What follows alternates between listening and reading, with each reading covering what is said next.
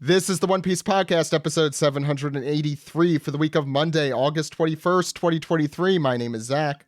And my name is Ed. My name is Steve. And my name is Alex. That's great, Alex. Welcome back. This week we have voice actor Tamara Fritz. Welcome, Tamara. Hi, thanks for having me. Yeah. And we also have YouTube. What do we settle on? Essayist, I think. MelonTeee. I Mel. guess creator. Yeah. Creator, not influencer. YouTube sensation. YouTube, yeah. Something around there. Just not influencer, anything but influencer. That's how I feel too, I'm glad. Engager. Oh, an engager. Yeah. Executioner. No, that's not. No. It's a verb. No, not that. Tamara, we'll talk to you soon, but about your history with One Piece and all that. But, breaking news, Mel, we have to talk about this before we talk about anything. You saw One Piece on Ice, and Oh, yes. That's like it's like a rare diamond. Like there are only like 6 shows, right? There hasn't There been were many. like 5 to 6 shows in total, and then they just cut it. So tell us all about Sanji. I mean, the rest of the show. So it took place in Alabasta.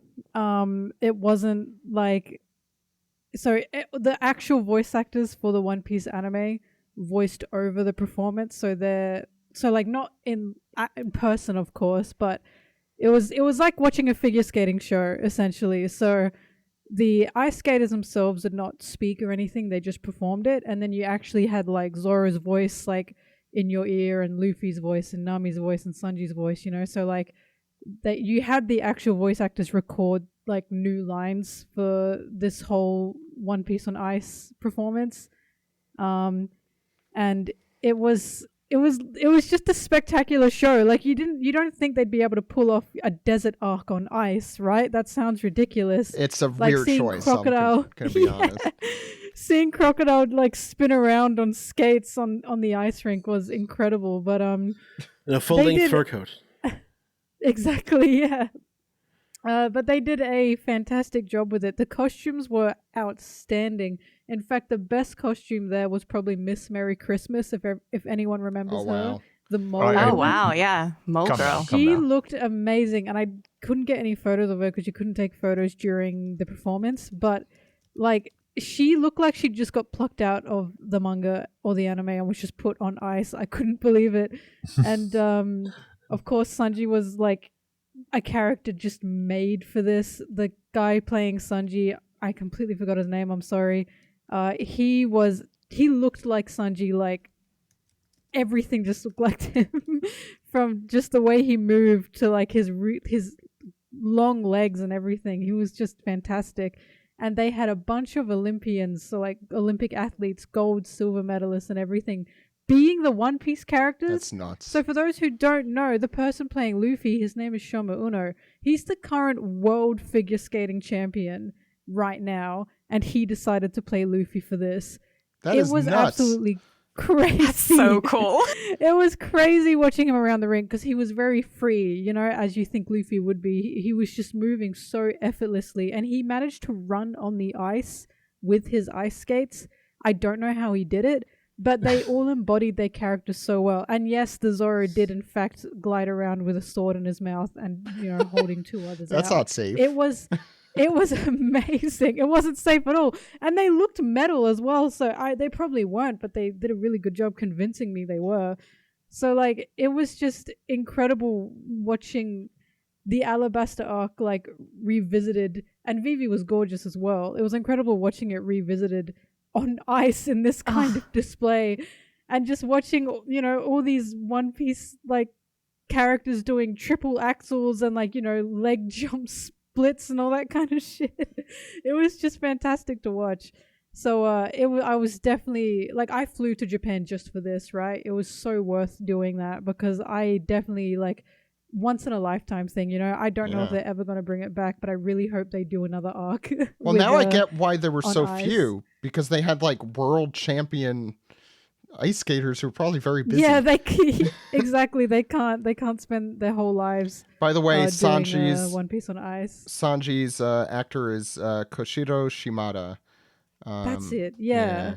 He's the silver medalist, the national silver medalist in Japan, I believe, is what I was told. All the figure skating fans like rushed to me and was telling me who everyone was when I was uploading, because figure skating have their own fandom, right?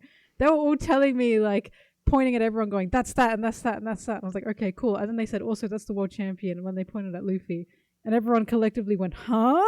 When everyone said that. So it was just, they had really good talent for this, and it was really, really spectacular to watch. Oh, I see Karu was there too. And Karu was Such a treat. It's just so interesting to see this kind of show just happen, because I felt like a running joke back when we were like kids or just younger. It's just like, you know, because Disney did a lot of on ice shows and stuff. Maybe they still do, but like I felt like that was way more common back in like, Reptar the on Ice? 90s. Reptar on Ice, of course. Yeah. Wow, thank you, Zach. Jeez, Yeah. I don't have to be I the think one I saw person here. oh god, The Little Mermaid on ice when I was a kid. Yeah, I saw like Snow White and the Seven Dwarves and Toy definitely Story saw- on ice. Yeah, Was there that was a Lion lot. King on ice? Yeah, No? possibly. There I probably don't know. I think is. there was. If It It might be a big fever Disney dream property. I had. Yeah, well, hopefully they had skates on, or those their poor little beans on their paws. You know, it frees up. Well, to be fair, There's Miles- real No, lions. it was just so it was just so interesting. I am sure the furries are on pause with skates.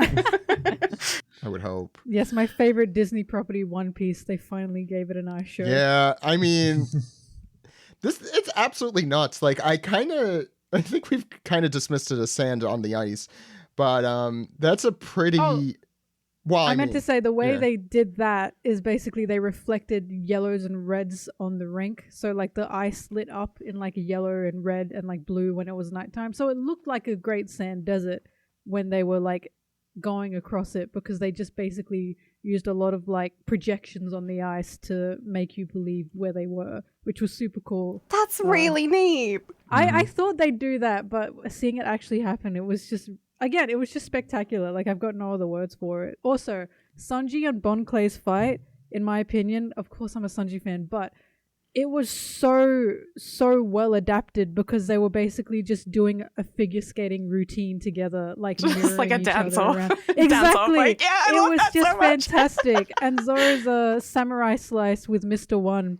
when he like slid past him and did the ching thing, you know. Oh. It was so well done on the ice, because of course, you know, he slides past him on his skates and just stops so powerfully, and then Mr. One goes down. It was really fantastic.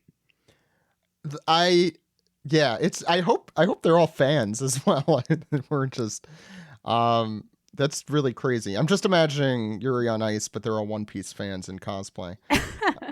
I know the Zoro was a huge fan. I don't know about Shoma Uno, but he did a good job with Luffy, so I feel like he is a fan. I don't feel like, I mean, One Piece is like, so ubiquitous in Japan. I know, That's right? kind Also, of- the whole audience, I said this on Twitter, but I have to say it again. The whole audience, like, not the whole, but like 80% of the audience was like women aged from 50 to 60, and they had like their Zoro fans and their Nami fans and their Wow. Crocodile fans.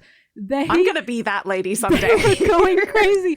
The lady in front of me was like 50 years old, and she had Zoro earrings in. To and I was be like, fair- these are my people. to be fair, that 60-year-old was 34 when the series started. Yeah, when it came out. Yeah. So that's scary. That's really cool, Mel. That definitely is a once in a lifetime thing. Did you do anything else in Japan, or just the ice show? I went to see the One Piece stores when because I was there as the Gear 5 episode dropped. Oh, smart. So I was walking around it was really Really coincidental, planned. so I was really lucky. You mean Yeah, planned, no, you mean absolutely. extremely I'm planned. omnipotent. Yeah, I definitely knew what was going to happen. So I walked around the One Piece stores to see what would happen, you know, when Gear 5 came out. You couldn't get into the One Piece stores at all. Like, on the day of Gear 5, or on any public holiday or on any weekend, you had to line up and get a ticket that gives you a time for when you can go in. Jeez. But to get the tickets, so the One Piece store in Shibuya is on like ground 6, on floor 6. Yeah. The line to get the tickets alone went all the way down to floor 1 because people were lining up like on the stairs to get these tickets. I just gave up because I've decided I can just go in during a weekday, but they were just absolutely packed with Gear 5 merch. Like, it was like the very front of the store. He was everywhere. And of course, I like got a basket when I got in there and managed to just grab as many as I could. But like, they restocked every single day. I went there in the morning. They had so much merch. Went there at night just before closing. It was all gone. Next day, completely restocked. They were making bank off of this. Yeah, it was absolutely crazy. I feel like the Mugiwara stores tend to be pretty well stocked. I mean, I went to a bunch earlier this year, and I feel like there's never a lack of merch. But I know I remember around Luffy's birthday. Yeah, I think Luffy's birthday. I think I remember Maddie like tried stopping at one, trying to like pick something up for me. I think there was like new birthday like acrylic standees and stuff. And yeah, and that's when I heard about the whole line and getting a ticket to return at certain times. I'm like, geez, this is crazy. So that wasn't even just for Gear 5. That's just how it's been recently. It for like big events there. Yeah. Well, yeah, I do know like for certain characters' birthdays, it could get pretty for insane. Nani, it got crazy. Law, yeah, I think it counts as a big event or a big character's birthday. Yeah. That's awesome. I have to go back. Anyway, Tamara, we usually ask people their origin story when they're new guests on the show. Sorry, we had to push that back with the One Piece on Ice discussion, but it was necessary. It's okay. I'm okay being second to One Piece on Ice being cool. So yeah, how did you discover One Piece and get into it? Well, I got into it because of an old friend of mine. I made a deal with him. If he watched, what was it? Madoka Magica, then I would watch One Piece. And then that began... Sorry, pause for a second. That seems really like... unbalanced in my opinion. It was. And I told him that. But he's like, oh, just watch until like whatever. And, we'll see if you like it. And yeah, I watched, the whole thing in like, I mean, it took me a while. It took me about 6 months to completely watch it. And yes, I did watch first. I'm sorry. That's okay. I'm a voice actor. I enjoy listening to the performances. But I read it first. I want to say maybe 2013 into 2014. And yeah, I've been into One Piece kind of on and off since then. Really hit me once again. I got an audition last year for One Piece. I didn't get it. But that led me to read the stuff I'd missed from like Whole Cake on, because I hadn't really like paid too much attention to it when it was like kind of dormant. And yeah, I've been stuck in One Piece hell for about a year now. Welcome. Once more. Welcome. One of us. Always. So we also ask new guests these simple questions. Who is your favorite Straw Hat pirate? Robin, hands down. I love Sanji, but sometimes you feel Steve glaring at me right now. I love Sanji sometimes. That's a correct answer. I love Sanji. I love Sanji. But I love Sanji. I do love him. He's hard to defend to some people sometimes. It's true. But welcome to the realm. Robin is like the one I really like connected with. That one was like the one for me. Annie's Lobby is the arc that kind of really cemented One Piece's place in like my life, I think. I get that. And you answered our future question, so I won't ask that one. I assume Annie's Lobby is your favorite. Arc, it is, yes. Who is your favorite non-Straw Hat? This is really tough. Probably Ace. I've always been a huge Ace fan. And as soon as I said those words and I was, getting into it, I knew exactly what was happening. Yeah. But yeah, Robin and Ace are like two of my favorite characters of all time. So, well, I hope Robin Ace. makes it. Yeah, Yamato's up there as well. Yeah, I love him, but yeah, it's probably Ace. All good Tamara, choices. Did you know that when you get those little posters from the One Piece store, because you can get any character, right? If you get Ace's poster, his is the only poster that says deceased. It says deceased, in yes. huge red letters on it. It doesn't even have that for any other dead character, just Ace. Well, that's the only character who's Just died to that hurt me. matters. That's wild. Just to hurt me. Whitebeard, not a big deal. not Whitebeard a big must deal. also have deceased. Whitebeard It doesn't. doesn't. It doesn't. That's That's nuts. crazy. It's only Ace. There's other characters who were important who died. Come on. Yeah, what about Only Shaka? Ace. What about Gold Roger? Oh yeah, Yeah, he's not dead. Gold Roger. To be fair, Gold Yeah. Roger's extremely dead. Just Ace. It should just say says deceased. executed maybe in big. maybe the reason why Rogers wanted poster doesn't have a big deceased on it, maybe because they hung his jersey or something, That's what it is. He retired his number. Yeah. Yeah. his Out of his family number circulation. is on forever. It is a weird number. But I mean, nobody's really clamoring for Absalom wanted posters, right? As Yeah.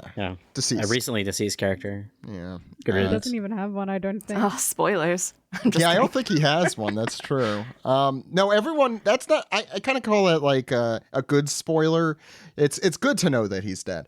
Yeah, true. Yeah, and it really helps It helps the world. Last question: who is your favorite antagonist or villain?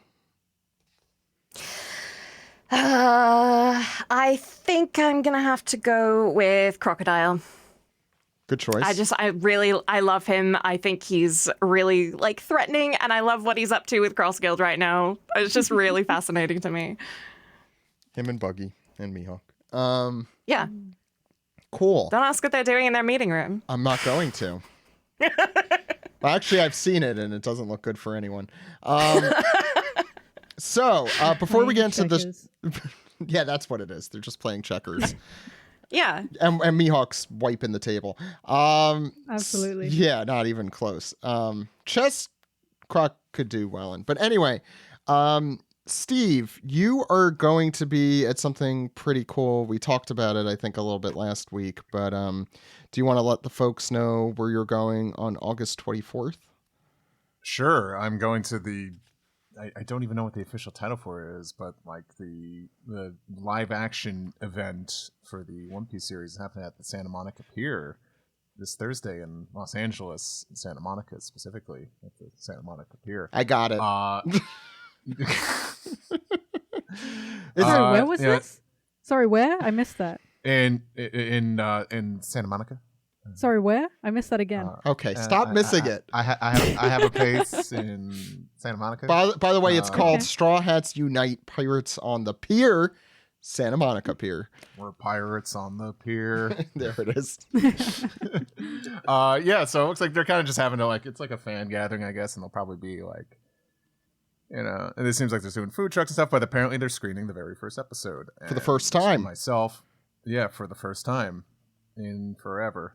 No, I mean, ever. Yeah, I guess that is true. Yeah. And they're encouraging cosplay and other stuff, and it seems like they're giving out prizes and whatever. But It says yeah, private Vero and I are access to rides. Are there rides on the Santa Monica Pier? Oh God, Zach. Yes, the famous Santa Monica Pier with the roller coaster and the Ferris wheel on it. You know, I'm going to be honest. I know nothing about Los Angeles. Yeah. But that's happening. Yeah. Vero and I are going to go check it out. Hopefully we could get in. Hopefully there's no kerfuffle like that that episode 1000 dub premiere event that was at too small of a venue and turned away too many people. So Pier's pretty I big. plan on going. Yeah. Plan on going there. So Are there still Something tickets? I don't even know. it's free. I know. So probably not is the answer. It's free. Well, there's that's the limited thing, like, the fact that capacity. it's free Yeah. means like, oh, I bet a ton of people are gonna show up. Yeah, I was gonna say it's kind of weird they've made this a free event. No, they but probably not want a lot of realize- people. That's probably what they're going for, right? But surely even if you pay for it, you'd still get tons of people, right? That's true. They're missing. Netflix is missing out on that money. Netflix definitely doesn't have enough of that. They need more. Let's give Netflix money. That's the catchphrase. I'm always saying that. Yeah. Yeah. it's- Especially now when I there's was a gonna SAG say, strike. especially now. Yeah. Support the writers and the actors. Yes, support us, please. The previous sentiment was a joke. They're also, I think so the other cool thing, and this has been confirmed. Thank you, Tamara, for finding the video for it. But I think the Going Merry is going to be in Rio de Janeiro on September 10th. So if you're there, it looks like, though, it's not like the full. I don't know what to take of this picture. Like if it's actually going to be, looks like it's beached. In the video that Netflix She Brazil finally put up. washed up somewhere. Oh God! Is it the? It's the charred remains, just on the God. beach. Is it the one where it looks like she's like screaming? Is it the live Yes. action Mary? Yep, that's the Ah, live yes. action. So Mary. she's washed up screaming. Stop burning me! You maniacs! So that's why it looks like that. Oh wow, it does look like the pirate of the Planet of the Burned Apes. it all to hell. I was going to call it Pirate of the Apes, and that's not what that is. So there's that too. There's a lot of other cool live action stuff. There was that video from Wired that came out. Just check that out. The live action series comes out 2 weeks from, or a week from Thursday. It's less. Yeah, it's Yeah. less than 2 weeks now. So August 31st, 27th. What am I? It's a date. The 31st. Yeah. That's what I thought. I think they have one of those other things on the 27th. The thing like what Steve is going to. Anyway, so get ready. We're gonna hopefully have a few little things next week, maybe in preparation for it. We'll stay tuned to our social media for more information on that. Also want to let everyone know that I mentioned this last week, but this is the 10th anniversary of us recording the One Piece podcast Goes to Japan. Me and Greg go around Japan, talk to Oda's teachers, from his homeroom teacher, the elementary school, middle school principal from his school. I know it sounds weird, but it's actually cool. We went to the Barate, which is the inspiration for the Baratier, and the chef there is, though he thought the inspiration for Sanji was definitely the inspiration for Zeph. We also we also spoke to a director and the editor of the manga at the time in 2013. That's all available for free at oppjapan.com. And we also put up the whole journey on YouTube of Greg getting to meet and eventually become, closer with Oda. That sounds weird the way I just said it, but check that out. That's on YouTube. It's only weird when you point it out, Zach. Yeah, I do that. I'm sorry. And I think with that out of the way, we should get into chapter 1090. And then we have an anime recap for 1073. So why don't we get straight into it? This is the manga recap for chapter 1090, Kizaru. This chapter and all chapters are available at shonenjump.viz.com and mangaplus.shueisha.co.jp for free, legally, and they're available worldwide. So, don't be a dick. Use one of those sources to read your manga. I don't know why I went straight there. Why don't we start on the cover page, Ed? What's going on? Sure, we have a reader request for A Black Cat and Kuro Quietly Reading by Tomokiya. And Oda obliges with 3 black cats, and they just sort of disappear into the background there. There's no texture on it.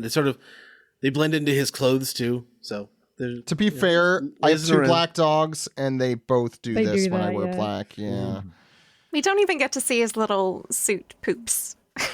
mean, Yeah, it makes no it look suit like poops. Oh, yeah. it looks like Kuro has a tail. Yeah, It does. I'm Oh, enraged. that's cute. I'm enraged we I don't get to love see the that. suit poops. You could almost say it's a suit poop riot. Oh my Anyway. god. Wow. How No, long I'm were just- you how long were you holding on that one?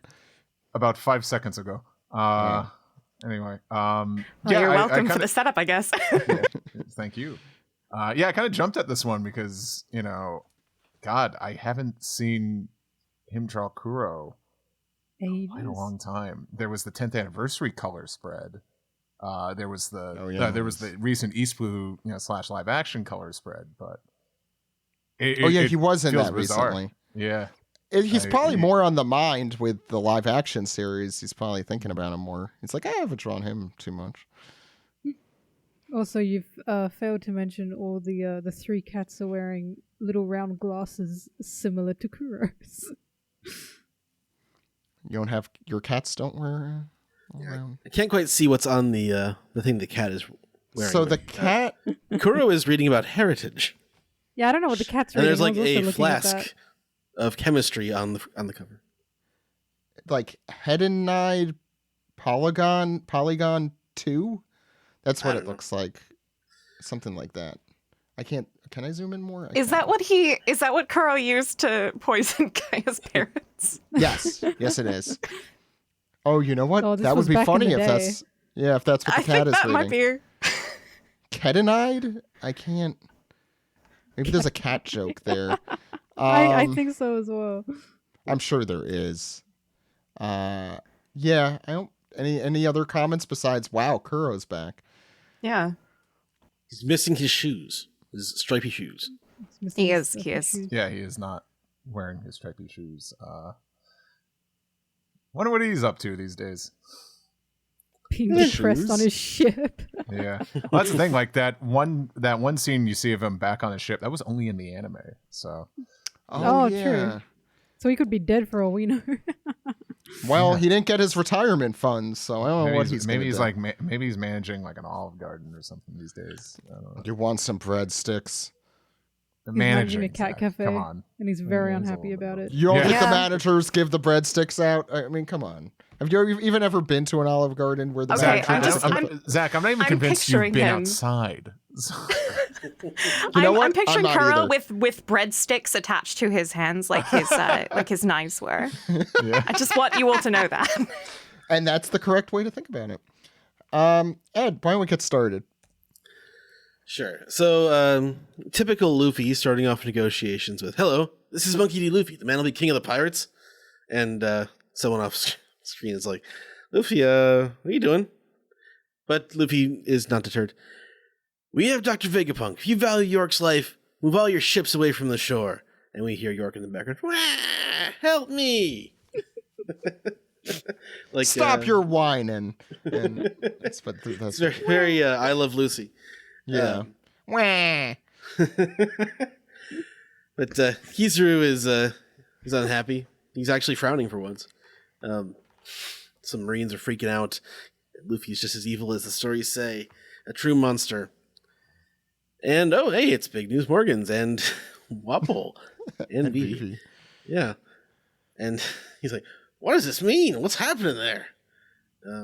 Really, Luffy? Vivi says. I love Vivi's face there. That is, I She looks so shocked. it's like that is like a Home Alone shocked face. That is straight out of. YouTube thumbnail. The scream. Meanwhile, Wapple back there is all mouth. He's All head, at all least mouth. 50% mouth, yeah.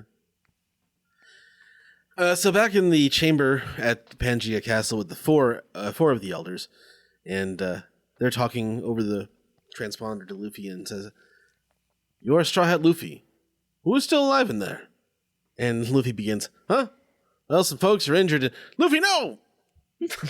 Like, Beep, beep, beep. Yeah. yeah. No, Luffy, no. Don't tell them woman's about voice. the injured. So that was Nico Robin who was doing the spy thing correctly and making Luffy shut up. How do they? Could it have been any other woman's voice? Like they're must be Nico Robin. I only care about Nico Robin. Well, What's with this criticism? It's like, it kind of makes sense because Robin is well more informed about the world government, probably with hanging out with the revolutionaries. That's true. They know Robin's on his crew, so and also the five elders really, really want Nico Robin. So yeah, she's important. So. But yeah, then Robin continues, information is a weapon. Don't hand your enemies weapons. But Luffy, undeterred, says, oops, sorry, but hey, they're going to move the ships now. And Usopp is correct. No, they won't. How dumb do you think the Navy is? And finally back on the ship there, St. Jerry Garcia is sort of looking on pensively as the snail beeps. And I guess he's talking to his counterparts. He says, there are 3 things we must retain.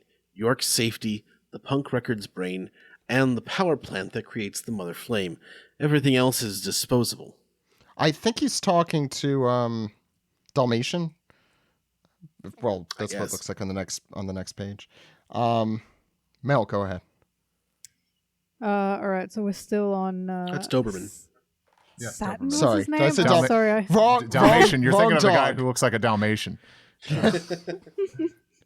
But Doberman doesn't look anything like a Doberman. Well, that's One Piece. Ah, God. Yeah. I mean, Cracker didn't really look like a cracker, but He had crackers, though. yeah, but That's he a didn't look like terrible one. example, Steve. And he had a firecracker hair. Foxy didn't look anything like a fox. Now that's true. Yeah. Gotcha. Go ahead, Mel. Yeah. So we're still in the castle. I think Saturn was this old man's name. I don't know the names of the 5 elders. And he's saying, but Rob Lucci's group is in there, as well as the other Cypherpole agents. I speak of the worst case scenario. Don't lose sight of our highest priorities. And the Marine he's talking to says, yes, sir.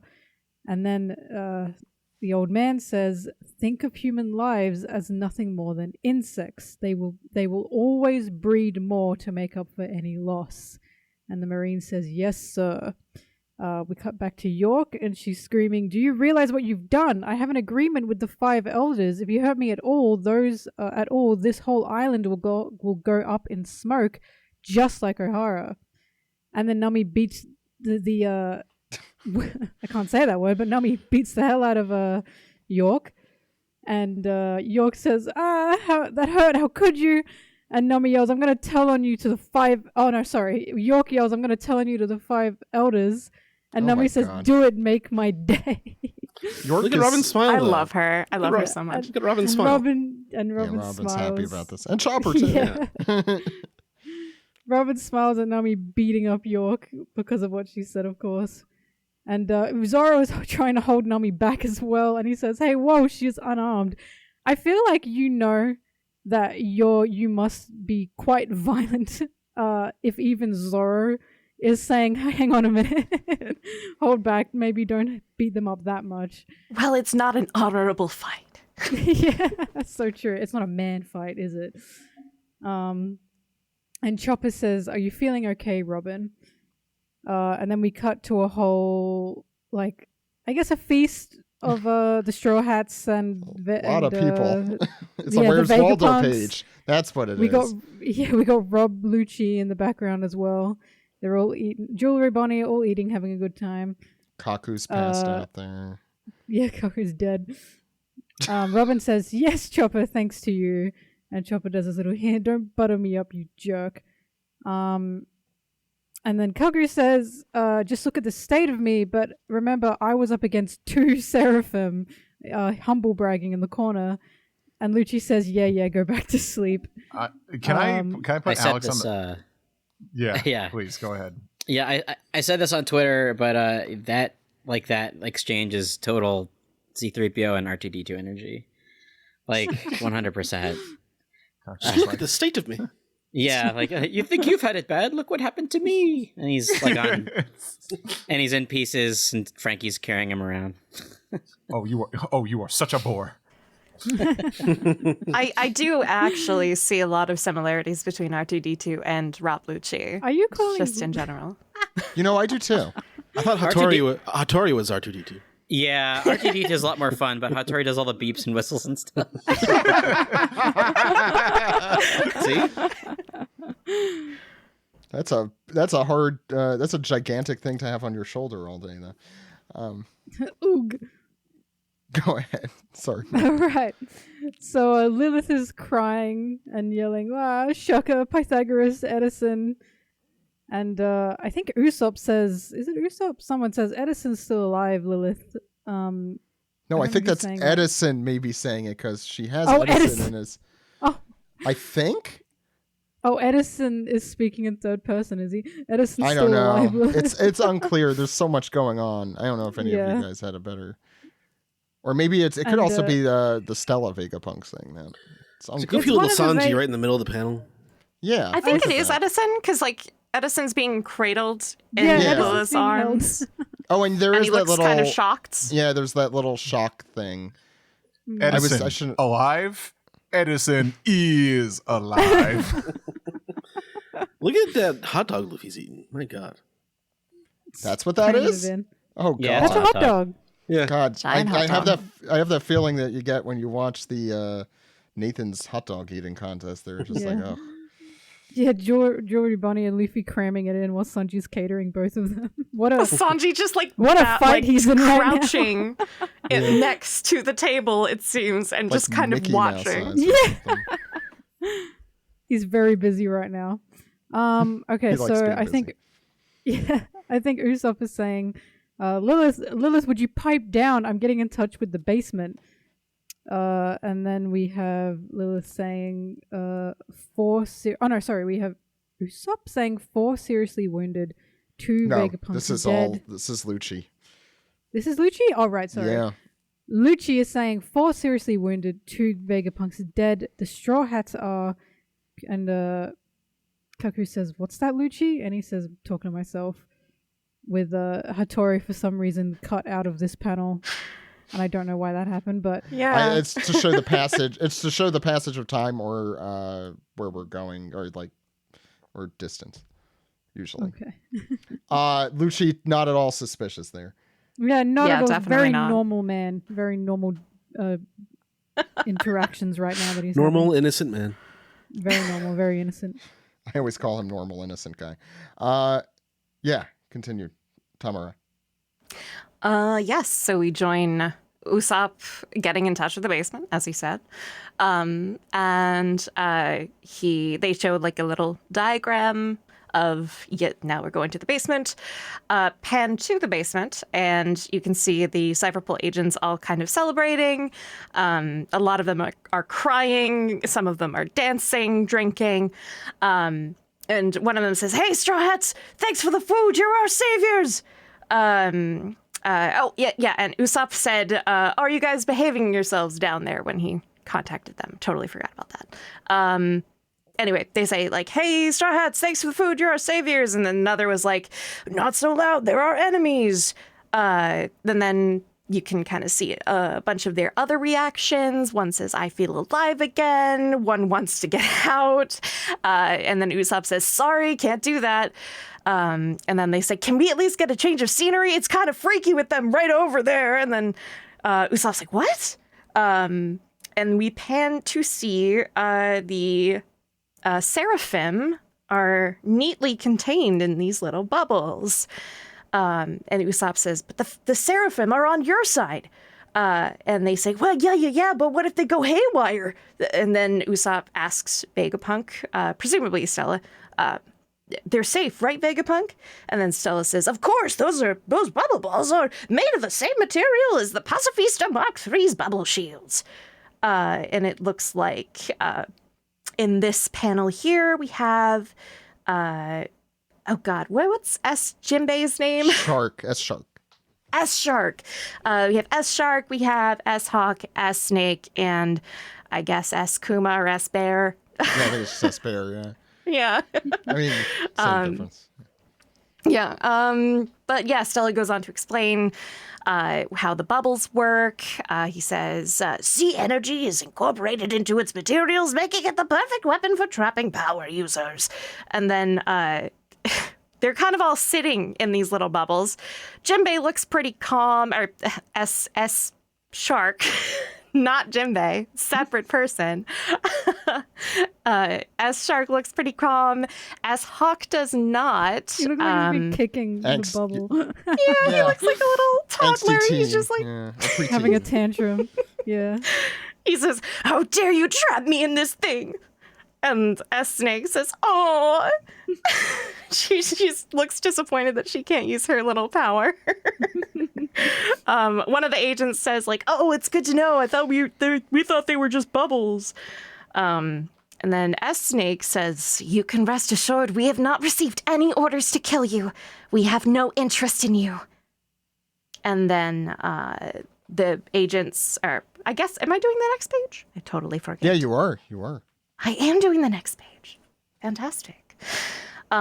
We again check in with the agents. The agents say, "Oh, you don't have orders to kill us? Then I guess we're okay."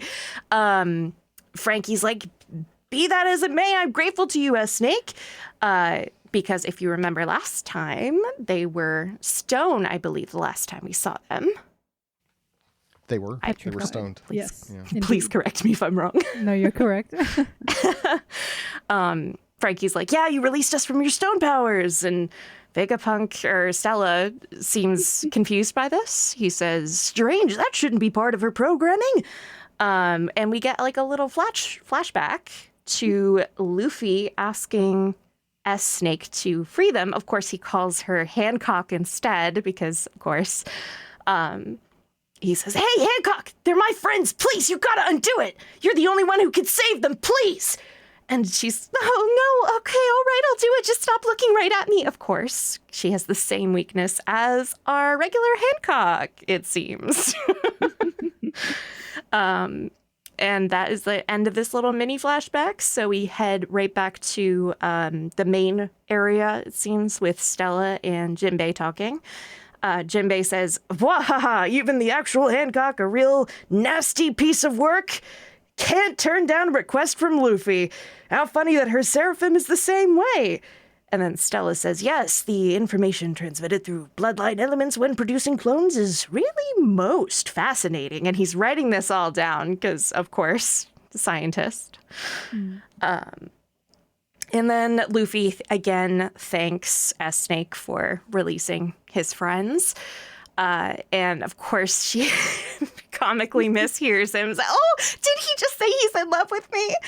And then we go back to Atlas, who is talking to Stella. He says, "Stella, we've restored the communication system, but the Frontier Dome still won't open." I like how Atlas to go to the computer has to sit like that on, Yeah. Just like kneeling on the ground. I knees, totally yeah. missed that.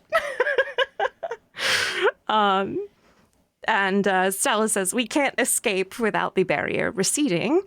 And then pans over to York, who's still lying on the ground after being beaten by Nami.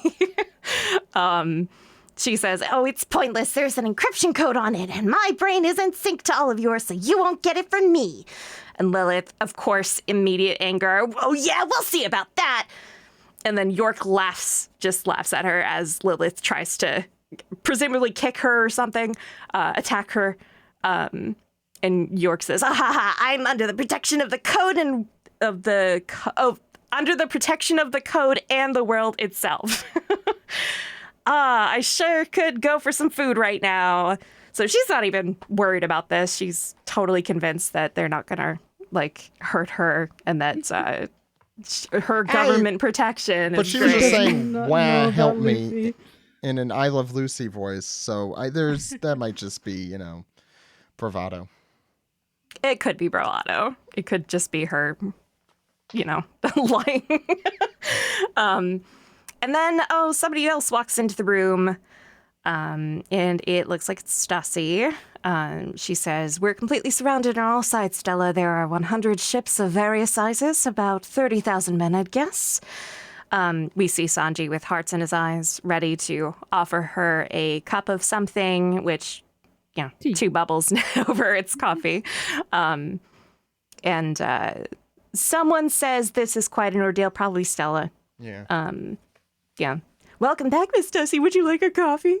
And Nami is over in the other corner. Looks like surrounded by food, which I can only assume is the gigantic pile that that Luffy and Bonnie were just feasting on.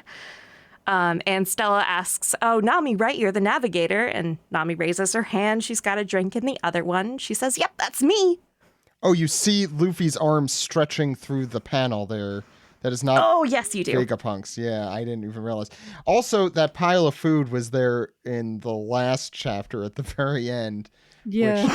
I guess we didn't really put two and two together, but yeah. I think so. I think the agents have gotten that little food making machine in the basement, or am I reading that wrong? I mean, it's possible that they're like Probably. just throwing it down into the basement too. Like, Chuck another I'm pretty pork loin in there or something. it puts the lotion on its skin.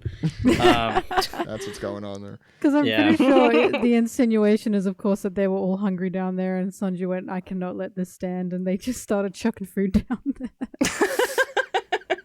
Yeah, I know you guys have been starving, but here's like the richest food you could have. Yeah, I'm sure this will end well with no bathroom. Alex. So that begs the question: where have they been going to the bathroom? Because they've been stuck there for weeks in the. True. You know what? Wow. Don't worry Sorry to about it. beg that question. Don't Wow. worry about it. It's a Write cartoon. it to SBS. Yeah, that is a that's good true. SBS question, actually. A wizard did it. We'll move on. We see Nami's log post. We haven't seen these log posts in a bit, and just quick sidebar. It's nice to see this instrument again, just because I feel like a kind of a big deal was made, when she got it, and we haven't really seen it a whole lot. A lot I of guess eternal 'cause- poses and Viva cards. Yeah. I was So gonna it's say, they kept having it's nice- detours. right. It's nice to see some actual navigation tools again. But Nami mentions that the log post has not recorded the signal yet, but we still have one steady needle from Wano that we can use. It's pointing northeast of here, and Vegapunk, all knowing as he is, says, that would be Elbaf then. And the crowd cheers. And the crowd Everyone goes cheers. crazy. Whoa! The crowd goes wild, and Robin goes mild. Well, Yeah. yeah. So Luffy and Usopp are the most excited. Yeah. They have tremendous face faults. They're like, Elbaf, we're finally going. The island of giants at last. Yeah, and it looks like they stuck their fingers in like a socket. Well, the same thing. That really won't have an effect on Luffy, but just Yeah. Tom It's- and Jerry scream face. Usopp I assume that's Robin's. I wonder if that's for Sala's face. yeah. That's some sort of what I'm thinking too. And Usopp and Luffy are going off dancing and singing a song that they sang. Post Little Garden. Oh, that's the same song? Yeah, same song. Yeah, we go, El Baffa Baffa Baffa, El Baffa Baffa, everyone is huge, 'cause they're giants. And while they're going off celebrating their hopefully next real location. Don't tease the soda. Stussy's sitting drinking some coffee, and Lucci's giving her like this stink eye. And she says, "Oh, don't give me that look." I guess this is either this diagram is interesting because it's either a hologram or Vegapunk is breaking the fourth wall. I think it's I the do- latter. I do Go love the ahead. way his arm is shaped. It just looks like his arm. I is really like the shape. I think it's perfect. Yeah. I think it's perfect. It fits. Yeah. I love it. I love how noodly his arm is as well. And he says, "Fortunately, your ship is currently located here at the Labo Faith, but the Navy ships are waiting along every bit of coastline. We can't leave via the port." And we see sort of a bird's eye view of Punk Records. Northeast, I guess. Is that what that says? Yeah, Or this does- is what or they is it- mentioned earlier. That's where yeah. the direction of Elbaf. Yeah. Elbaf. Okay, great. It was either that or knee. And he continues on saying, the northeast direction we've be heading on is on the backside of the island. Good thing your ship is the Vega Force 1. And the Vega Force 1, of course, is the giant robot that we see at the beginning of the arc. We see it sitting crisscross applesauce right next to the Thousand Sunny. I think it's you can definitely tell which one the assistants drew and which one Oda drew, based on the slight squiggles. And Vegapunk continues with this really great, like, oh well, here's what should happen of Vega Force 1 lifting the Sunny and rocketing off over the ships, and he says, "We could use the Vega Force 1 to simply fly over the Navy's blockade, ideally.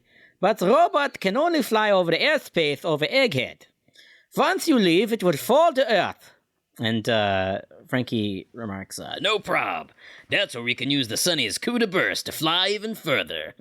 If we fly a kilometer away, none of them will be able to catch us." And Vegapunk instantly recognizes this as a much better idea. He goes, "What? That ship can fly a whole kilometer? Hell, let's do that!" And Hell, let's do that. I love that. Frankie mentions it flies on cola. And he goes, "On cola?" This is the right reaction. interaction. Oh mein Gott, eins Cola. This ship is full of Eins Cola flying trinken. cola. Yeah, I love this is the Oh, interaction. this I've is been like waiting candy. I'm having for. fun. Yeah. Das ist dein Fuel. So Atlas says, "Perfect, but we still need to deactivate the Frontier Dome first." And I like that York, voice for her. thank you. And York says, "No, I won't tell you the code." I love her face in that panel, by the way. It's great. She It's is great. great. She has great She's troll so funny. faces. Like, Truly. It's like the kind of energy, yeah. Yeah. And this doesn't impede the Stella, Edison, and Atlas, who say, "Let's crack this thing. Never play mind games with Vegapunk." As they all clickety clack on keyboards. It's sort of like that. It kind of reminds me of the NCIS scene that everybody likes to make fun of, where like, "Oh no, they're hacking into us," and they're like click clacking the same keyboard to try and bypass. Like, Yeah, speed up their hacking. that's right. I like how York is literally doing an evil laugh in the background while it's happening. I'm imagining what they're doing is they're just basically just going 1 1 1 1 1 1 2 2 2 2 2 2 3 2 2 2 2 2 2. Vivo finds this password. Yep. Thanks, Alex. Steve. Yep. Sure. On the next page here, we see like a little, like, or I guess time has passed. We see a little flashback to Vegapunk here saying, "Lilith, I want you to use the Vega Force 1, 2, and we cut to the present. And someone says, "Let's go move the ship around the back. We gotta hurry. The barrier could come down at any moment." Someone else says, "Good point. It means we could escape, but also that the enemy can attack us." Oh, yeah. And this is Lil saying, "I'll admit it. This is my first time ever leaving the island," with a heart. And Frankie says, "It ain't a field trip." And Luffy, with a big backpack, which I'm sure is full of meat, says, "Whatever it is, we don't have enough food on board." Confirmed is now food. Good confirmation. And Bonnie says, "I agree. We need it all in a day. I suggest more pizzas." She's a bad influence. Yeah, I think we need Jinbei here to be like, "No one said you were part of the crew." Again. That's always what he's there for. He's there to tell other people. And Luffy get thinking lost. yeah, the helmsman, yeah, Jinbei's more like the doorman. Gatekeeper. The bouncer. He's the gatekeep to Nami's girl boss. That's true. Yeah. And Luffy somehow like thinking logically here, saying cheese is enough. Sanji can make it into pizza on his own. And thank God Sanji was in the vicinity of a woman giving him praise. Bonnie. Oh God, that would have been He's awful. pretty cool, huh? A good cook and a good fighter. And Luffy says, Hang on, "Why are you pause so-" for a second. Awful Sure. for you. Okay, now please continue. Awful for me. for you, for Sanji to be in the vicinity of this. Oh yeah, I mean, yeah, Sanji can never like achieve these highs. But Nor should he. Luffy's like, why are you so cheerful all of a sudden? It's weird. Yeah, and the reader's like, yeah, weren't you like crying? Like one of the last chapters we saw you in. Anyway, Frankie says, yeah, I decided. Oh no, this is sorry. This because I'm saying like Frankie would never kill his hero Vegapunk. This is Bonnie saying, yeah, I decided I won't kill Vegapunk anymore. I guess crying all. Luffy's like, I guess crying all night helped you feel better, huh? And Bonnie says, I wasn't crying. And then we go back out to the blockade of naval ships here, and we hear it's like transmission from Rob Lucci. We've got details on what's happening inside. Share these with all ships. And we have Jerry Garcia here saying, "Did you hear that, Borsellino?" And Kizaru is like, "I did. He talked a big game like he was in control, but it seems like they're actually trapped inside." And Saturn continues, says, "The Frontier Dome is a laser defense system, correct? And you are light. Can you get inside?" Kizaru, with like just the sassiest little duck face here, says, "Quite frankly, I can. But a good friend of mine is defending Vegapunk below it." That close-up on Saturn's face, I don't know, I just keep looking at it and I'm imagining one of the pupils just moving to the side a little bit.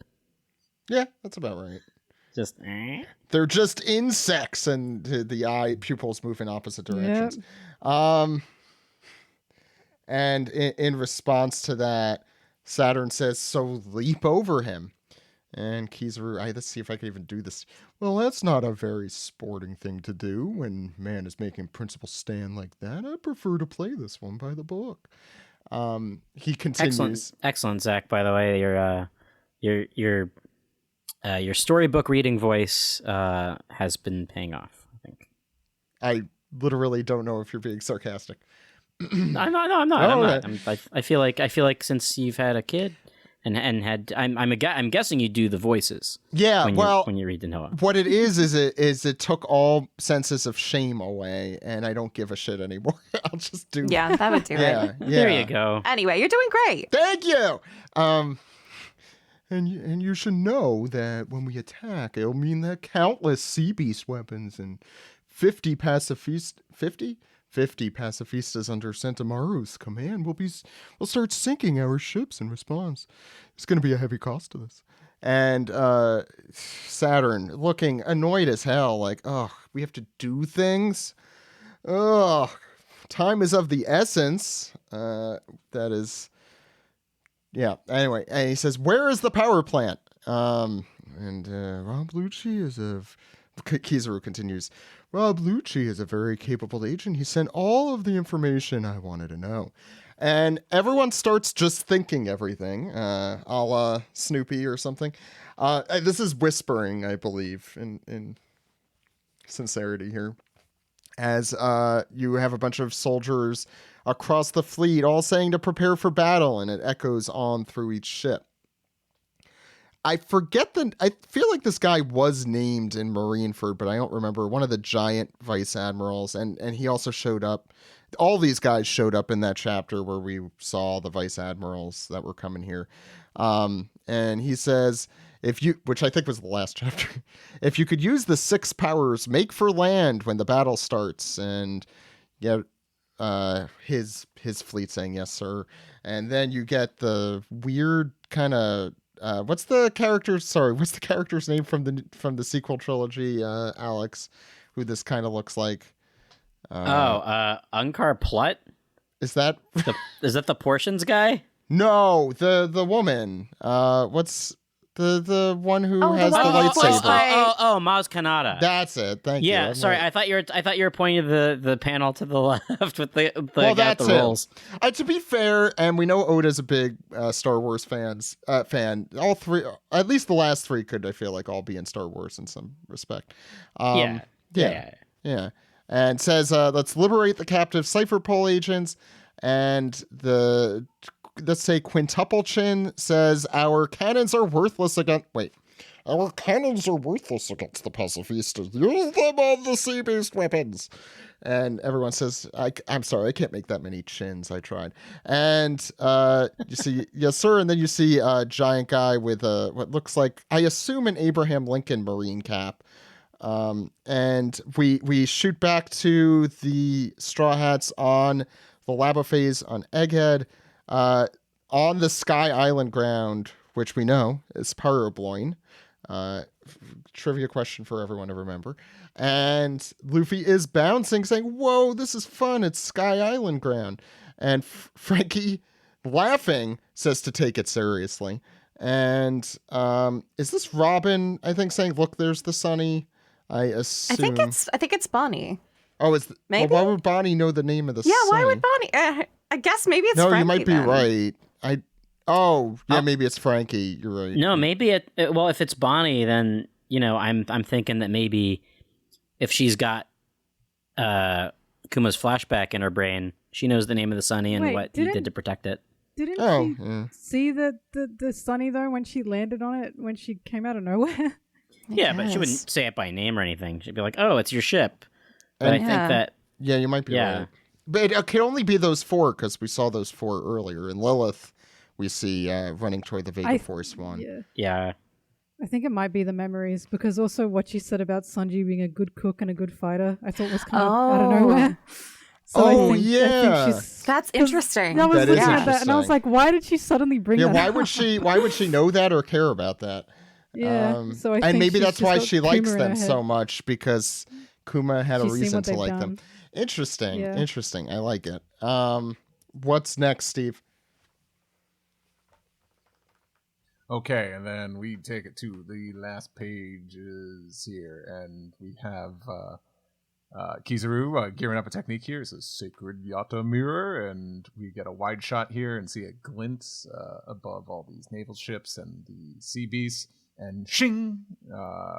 Kizaru, as a beam of light, zips by the bear, and then just boom, boom, boom, just darting all around on Egghead. And then we hear the voice of Sentomaru say, "You're finally here, old man." And he calls out, he says, "Pacifistas," and see the nice radio waves from, I guess, from their internal headsets, I guess. They are robots, and they activate, and Sentomaru commands, "Eliminate all hostiles!" And they lift their hands, and and we see Kizaru, still as light, charging towards Sentomaru, says, "Here I go, Sentomaru." And Sentomaru says, "My defense is the world's greatest!" And he holds out 2 hands, very similar to what Kizaru and the other admirals did at Marineford, and blocks. Kizaru's. That is. Mm. Yeah. Hey, how about that? Yeah. The Macarena. Interesting. Yeah. I learned it from watching you. A lot of that seems to be going around, huh? I look at it says the world's greatest, and I just keep thinking world's greatest dad. He's like blocking it with a mug. Like, but yeah, he does block that kick, and we see the Mary and the Vega Force One. Not the Mary. Did I say the Mary? Wow. No, the Mary's on fire in Rio de Janeiro right now. Yeah. So. Sorry, all the talk about the live action had Mary on the brain. Sunny and the Vega Force One. We hear, "Huh? Light from below," which is probably the fact that this is all in gray tone here probably means it's getting pretty bright down there. But very uncharacteristic look of dread from Luffy here as he says, "Someone's here. Someone's strong. See you in 2 weeks." Yeah. What a dense chapter. Like every page. So much. There is so much text. I wonder how long this took Steven. But he's not here this week, so we'll have to assume it took 2 weeks. So let's go around, see what you all thought of this week's chapter. Mel, you want to start? Yes. Egghead in general has been moving very, I want to say efficiently. Like there's been no pause, I think, when it comes to Egghead. It's just been going and going and going. And this chapter continues just to skyrocket off, basically. I I really like the addition of S Snake still having that puppy love crush on Luffy. I didn't expect that at all. Because of course seeing Frankie get petrified, it's like, oh god, how's he gonna get out of this? Oh, S Snake sees Luffy, and of course she can't reject Luffy because it's in Boa's genes, apparently. Yeah, I don't know It's why we didn't think that. interesting. Yeah. It is very interesting that like they have this this weakness to Luffy because Luffy. Hancock didn't have that until Yeah. like Yeah. Luffy proved himself, But you have and to then it wonder happened. if this has to do with like the time that they got their DNA Maybe. or That's whatever what I to was do this. wondering. Like, Yeah. yeah, like are they clones in memory as well, I suppose? They did But, say their memories like went through in some respect. I don't Yeah. recall specifically. Yeah. So there's probably going to be some reason that Oda's going to cough up for that. But that was a very, very cute panel. I always love Boa's just like, little puppy love crush that she has. So that was very cute. I like Bonnie coming back because I was always wondering what the hell has she, what's Yeah. she seeing? What's going on? Obviously, whatever she saw has helped her. I want to see it. I'm sure we will see it. She was crying yeah. all night. I am yeah. absolutely sure we will have to do like a flashback check-in at Yeah, some I'm point. just shocked it hasn't happened yet. But Well, maybe we'll maybe see. it's because we can't have things revealed yet, and we're going to have them guess. revealed later. I suppose. So I really like that Bonnie now obviously really likes the Straw Hats because she's obviously seen what they've done for Kuma and what Kuma's done for them. So because Kuma obviously thought the Straw Hats were of very high importance to separate them, to keep them safe and train them, and then also keep the Sunny alive. So we don't know why Kuma, I think we don't know why Kuma thought so highly of the Straw Hats at that moment to want to keep them safe. Kuma was a revolutionary with Luffy's dad. He was, but like he wasn't at that point. Do you know what I mean? He was still a warlord. So it's like I don't know. Like it feels like there's something Kuma knows that we don't. It's when it also comes to this. interesting, like because Ivankov didn't know that Luffy was Dragon's son. Yeah. So why did Kuma know? And when did that happen? I guess Right. Well, Eva had been in prison for some time. Not sure how long. that's true. Yeah, that's true. Eva's been kind of cut off. Or was. In his gay prison, gay hell. Yeah. And also, of course, the Frankie Vegapunk. I love any interaction with Frankie and Vegapunk because, of course, Frankie's such a yes. super fan. And him boasting to Vegapunk, it runs on cola. I really love that for him. I'm happy he's having his mentor, be excited for his inventions as well. I love that for Frankie. I'm happy Frankie's having a fanboy moment. And of course, Nami beating up York is a highlight as well. That was really funny. And Zoro holding her back because she was just a bit too aggressive about it. It was a chapter full of just so many good interactions, I think, in terms of the crew members. And of course, a lot of information as well with the Five Elders, they're just insects. Very great, fantastic to see, and continuing to reaffirm what the Celestial Dragons and the world government think of the average person, I suppose. So, just a lot that happened in that chapter that was a good information dump and also just good character moments as well, I think. Thanks, Mel. Tamara? Yeah. I mean, Mel, you hit on a lot of my favorite parts. But one thing that I really love is seeing Robin's reaction to Nami's fierce attack on York. Just her little smile is so cute. She seems genuinely charmed by this. And I wonder if it's something to do with, what happened when we panned away. But a lot of good character moments. I really liked Kaku, and I want to know exactly what happened to him. He says he was up against two Seraphim, and just how he specifically got injured. It would be interesting to see.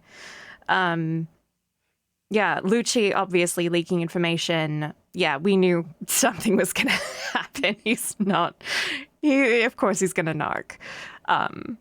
Not surprised at all by that. really, really excited to see Kizaru versus Sentomaru. We don't know like a ton about their relationship, and I think this kind of puts it into, I mean, this is probably intended to be parallel to what is happening with Garp and Kuzan. Maybe. Cool. Yeah, are Kizaru and Sentomaru, are they like Vegapunk's boys or something? They Is that were. meant to be the implication? Sentomaru was Vegapunk's, what was it, assistant? They said back in something like that. Shabody.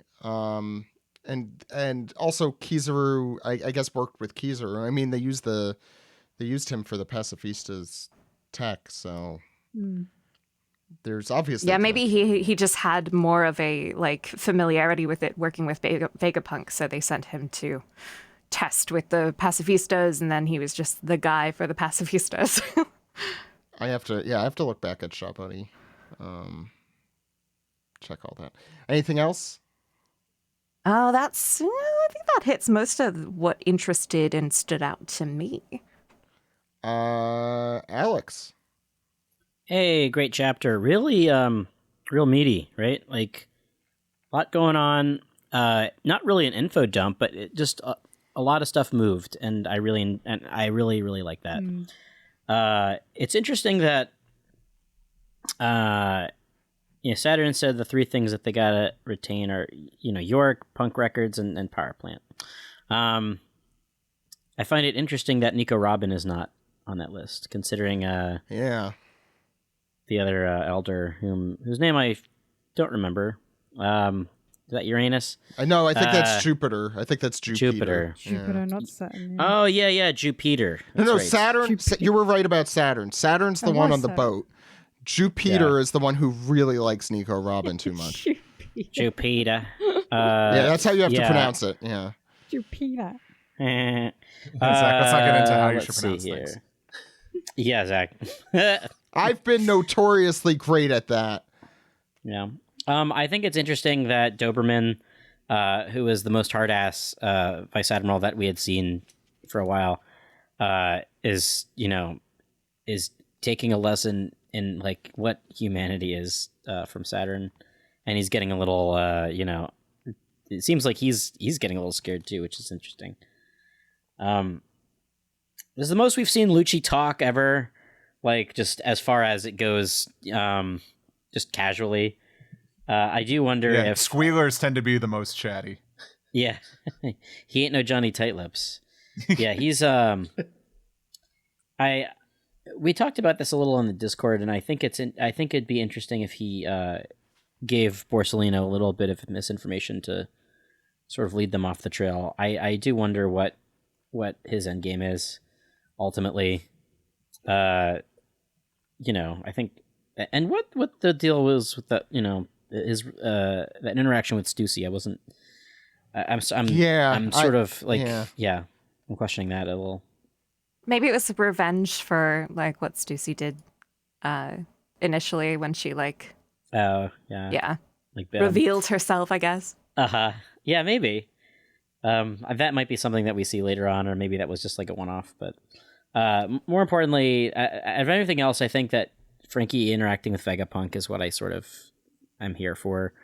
I think Frankie's been criminally underused for a very, very, very long time, and this is like, I feel like this is where his time is to shine. Exactly, like he spent his time skip time on Vegapunk's old lab, using his old technology and stuff. So I feel like if we're gonna get any sort of more Frankie development, this is where we would get it. Like more than anything, I guess, barring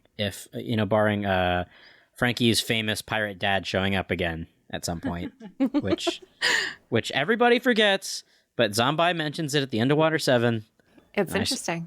I sure didn't forget it. We don't know. We don't know where Frankie's from originally. We don't.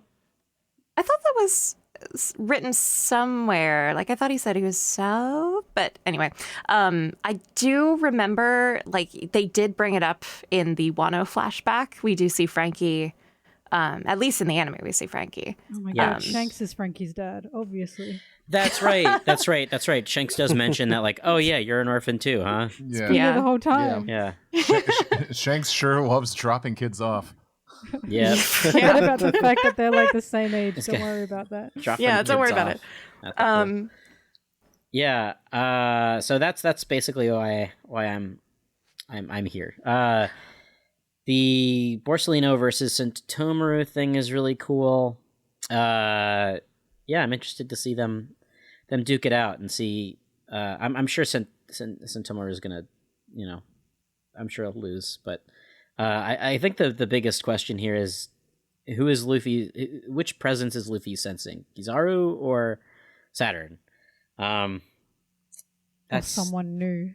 Or somebody new. Yeah, it could be one of the Blackbeard pirates that we saw. Sailing towards Egghead. I mean, Occam's laser here. A joke we've Whoa. made many times. We've made that joke many times. But There's the laser. I there's made the, that there's joke the on laser. a Let's Play, and it wasn't a joke. I accidentally called it laser. So, sorry, but I mean that's it's probably Kizaru. I mean, Kizaru laser. is strong. Like There's the light, like the way that Oda draws the light is on that panel. yeah. Uh-huh. And it's very likely that we're seeing Kizaru coming out of that battle pretty quick. I can't imagine. Yeah. I mean, what are we expecting? Way more characters that just show up randomly? What is this? My Hero Academia? No, well, we know a Blackbeard pirate is out there. Suspiciously not Blackbeard's mentioned. ship is like on the way, isn't it? It's like, Or like there, the I path. think. Yeah. How are they hiding is a good question. Invisible Anyway. fruit. Alex, anything else? Yeah, that's it. Steve. Yeah, this was a very dense chapter. It took me a while to read through everything, but I'm kind of happy that stuff on Egghead specifically is progressing. A lot of great moments for a bunch of the individual cast members. Sorry, am I going back through here too? And I just think Vivi's face is so YouTube thumbnail. Luffy did what? You're right. But Not Nami had a clickbait. lot of shine here.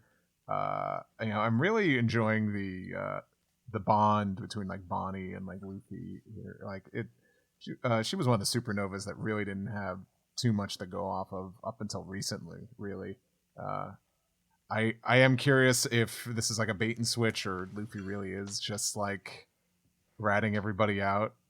Especially because I talked about the whole possible Lucci babyface turn because he's always been butting heads with the government. So it's interesting to see. It would be a little disappointing to see if he's still kind of paying favor here, but who knows? Maybe he could still be like, "Wow, I gave you all this information and you still like think I'm disposable."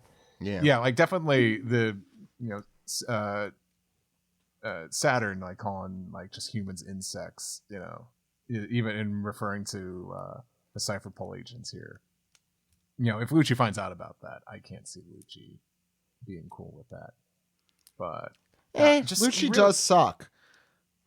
Yeah, but Yeah. he does he loves suck the murdering. most out of the rest? Yeah, of his the people? flashback was like, hey, this kid did a lot of Lot of murders murder. when he was a little Yeah. kid because the government is awful and turned him into a human weapon way too early. But Lucci loves that murder.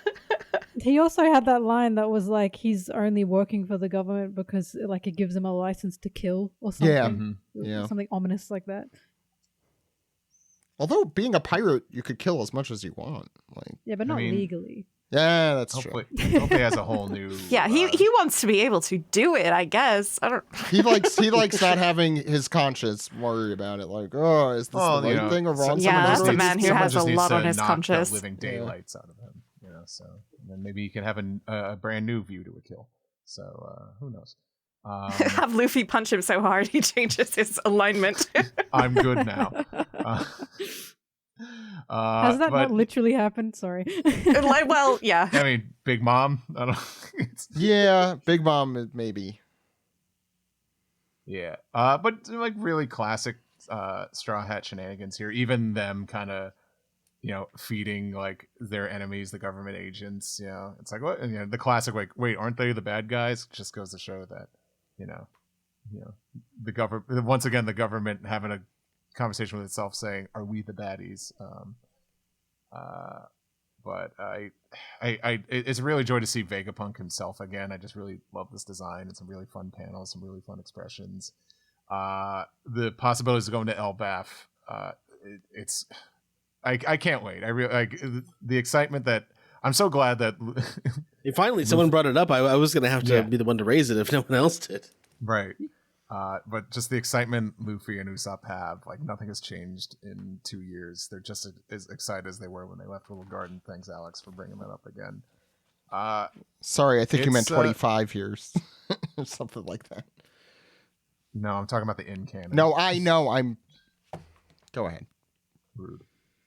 But yeah, I'm really curious if this is Luffy being spooked of Kizaru here, because you got to remember Kizaru was one of the opposing forces that the Straw Hats couldn't beat at Shibondi right before Kuma sent them all flying away. Mm-hmm. So I wouldn't be surprised if he is like kind of little like taking Kizaru a little more seriously here. To be fair, he did somewhat face him in Marineford in the Summit Wars, somewhat, and he didn't win by any means, but he was a lot more confident. So that's why I'm thinking this isn't Kizaru he's feeling, but it's someone else. Who knows? I just want to talk about, because I totally forgot about this guy till like last chapter, but the big bald guy with like the multiple chins. Yeah, the worm. Yeah, God, that design. The earthworm. He has a tattoo that says Marine on his 6th chin. Oh. It's like, well, the question is, would I love him still if he was a worm? And the answer is no. No. But this is really fun, and it's amping up so much, and it's just a shame that we gotta wait another 2 weeks. But I mean, that live action, I guess it's gonna take precedent. So, all right, come on, live action, come out already. So, he's not a real vice admiral, but he is a real worm. Sorry, Ed. Nice. Yeah, really, really fun chapter this week. I love the prospect of going to Elbaf. It raises the specter of Robin being able to reconcile or meet Saul again, which is interesting given the pointed criticism, or what York says in this chapter of this whole island will go up in smoke just like Ohara, and just making it personal. And it's just there's something going on there. So hopefully we do get to go to Elbaf, and Robin does get to have that emotional moment with Saul and the books too. Should probably be pretty happy to see the books. But I can't be surprised that Lucci would betray everybody. That's just in his nature. You can't trust him. Even Kaku, he's hiding it from Kaku. So. Yeah, that makes me though. We'll get there. Yeah, go ahead. Yeah, but the pacifistas continue to be very adorable. Just lots of good character moments in this chapter, like Jinbei and with Vegapunk, or with the Stella, and then Frankie also with the Stella, sort of getting to geek out and do his fanboy thing, and Hancock being all cute and stuff. And Sanji is he's a very small bean this chapter. He's just sort of in the background of just. He's been cute all through Egghead, in my opinion. I don't know what's changed, but Sanji's been so small and fluffy lately. It's the eyebrow flipping back. Yeah. But there's interesting places to go from here. I really hope we get to see like a midair Kuda burst and actually be able to escape from the island without a conflict. But obviously, this is the trigger. This is another one of those events that's a trigger for something that's even bigger to come down. Come down later, like with the war. So I hope this is gonna. I don't know. This is gonna be whether they escape or not. It'll be a pivotal moment. So yeah, and we really see the inhumanity of the elders, even relative to the rest of the government and in the villains in the series. Like Blackbeard has an ethos. He believes in dreams, but the elders they don't. It's a whole different conflict. Well, it's like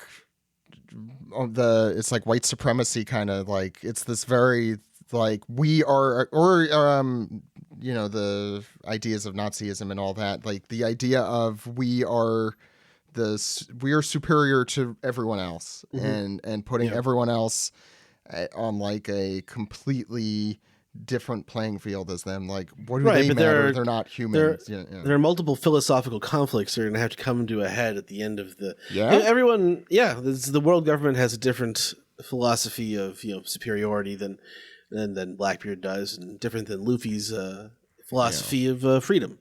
So the opposite. These are exactly.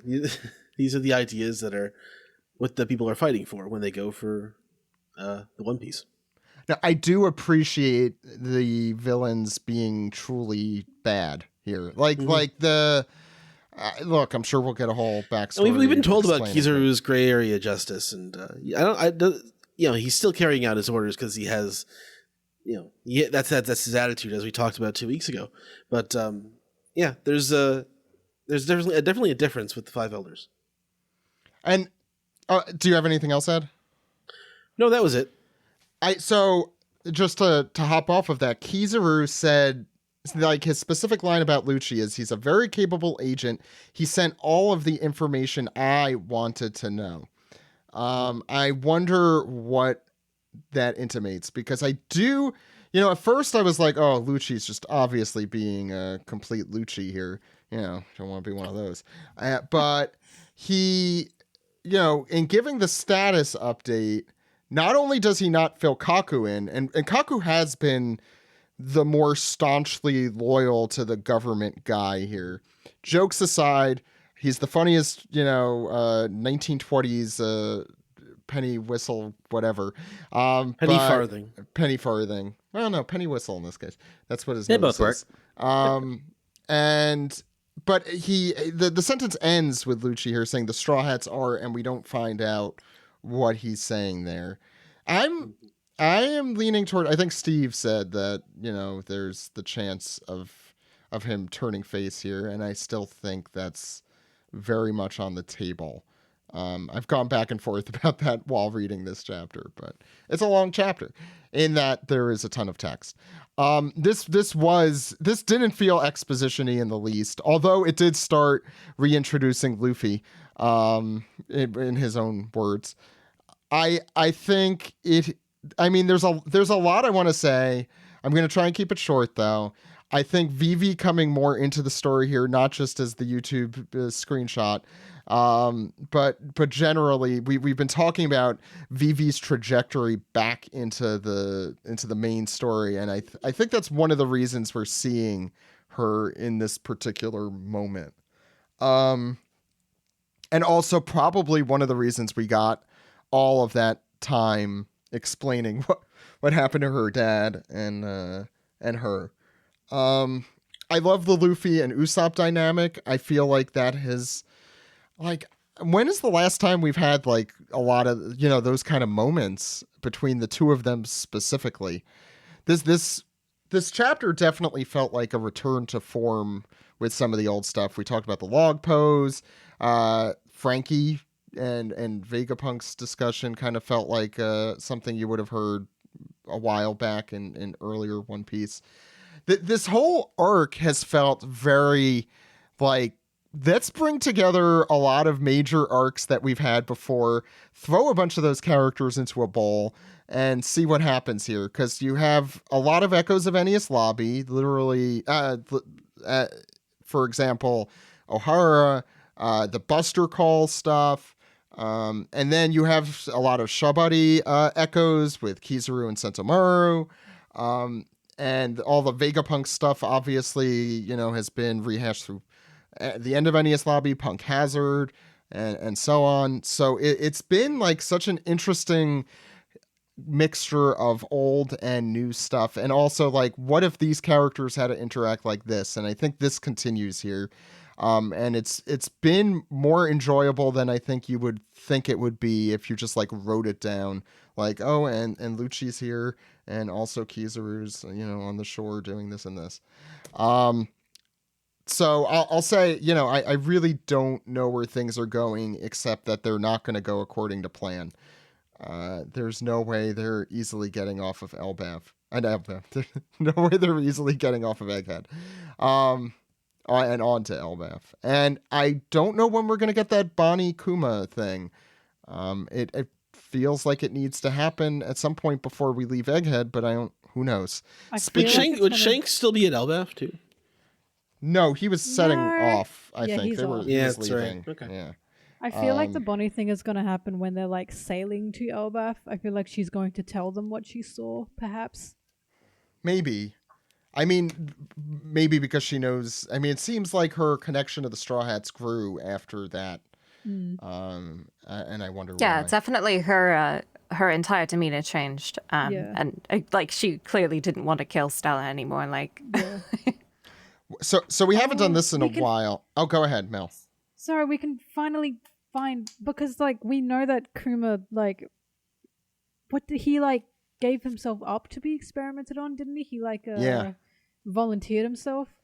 Kuma like- is a mystery shrouded in a Yeah, and riddle. from what Yeah. we can see, Vegapunk obviously is close to Kuma, and Kuma's close to Vegapunk. So we can finally see what, like, I'm sure Bonnie saw the reasoning for why this all happened, and probably saw Vegapunk didn't want to do this, but had no option but to do this for some reason. Like, I'm just excited to see what the hell happened between these two. That Kuma became this emotionless robot that Vegapunk turned him into. When we're now seeing there was obviously something more happening here, and like there might have been a threat that they've decided to sacrifice themselves together to work on or something. So I'm just excited for that answer, that question finally possibly being answered in the future. Me as well. I mean, that's something we've been waiting for since Kuma's Yeah. introduction. Like, well, not yeah. not quite then, but I also would say I really enjoy Vegapunk's character, and like the more we get of him, the humor behind it. But also I enjoy the fact that you have to think, why was he helping the Navy? I mean, we had a little of that in that short flashback with Dragon, but there's he's playing a little both sides here. So I look forward to seeing his full motivation come to bear. One more thing before we round off this segment. We haven't looked at this, and we haven't looked at this again in a while, in a bit. We predicted when will Egghead end. For those who don't know, we predict at the beginning of arcs when we think the end of arcs will be, and the end of an arc, as we're defining it, is when the Straw Hats leave the island in the Sunny, which might be a little bit confusing in this arc, but we'll see.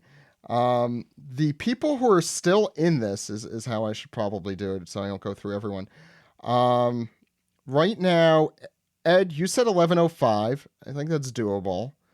Brodsky said 11. You were the furthest out though. So, Yeah, I was asked like weeks later. Yeah, I wasn't on that episode when Oh, right, we right. did that initially, I think. Brodsky said 11:01. Vero said 10:92. We're getting close to that. I said 10:93. Godswill said 10:96. Sungwon said 10:95. Mike said 10:97. I think everyone else is out. Alex, I know you said 10:85, and Steve said 10:77. Yep. So that's where we are on that. Well, look, here's the thing that's super fucked up about this. Oda put a whole fucking arc inside of this arc, and I think that we need to subtract the arc that he just plopped right in the middle of the Egghead arc and count it as something else. Okay. We'll send that to the judges and see what they think. I don't know who the Great. judges are. Yeah. But... It's you, Zach. You're the Oh, You're the judges. No, Make your mind up quick. I'm not. No. That'll do for the manga recap. Let's move on into the next segment. All right. This is the anime recap for episode 1073, No Way Out, a hellish scene on Onigashima. I'm your host Sam, and today with me we have PlayStation's own Steve Yurko.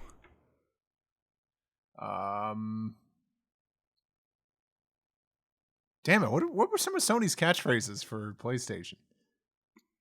PlayStation, it's in the game. It's in the game.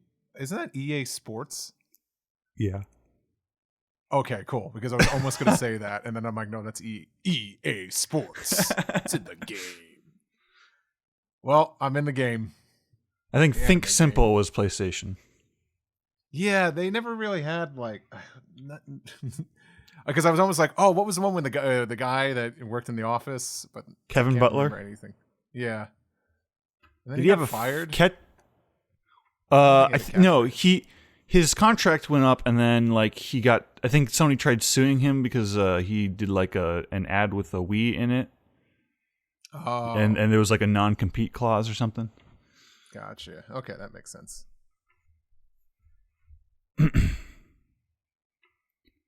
The title card this week.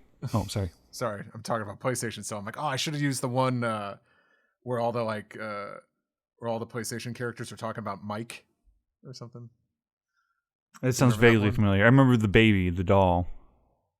It was like it was live action. Like a bunch of the characters are just like talking about like their history with the player, and I think the player was named Mike, and like they had Old Snake in there, and David Hayter dubbed over the guy. Oh, that sounds familiar. Look it up, anime fans. The title card this week begins at 3 minutes and 40 seconds.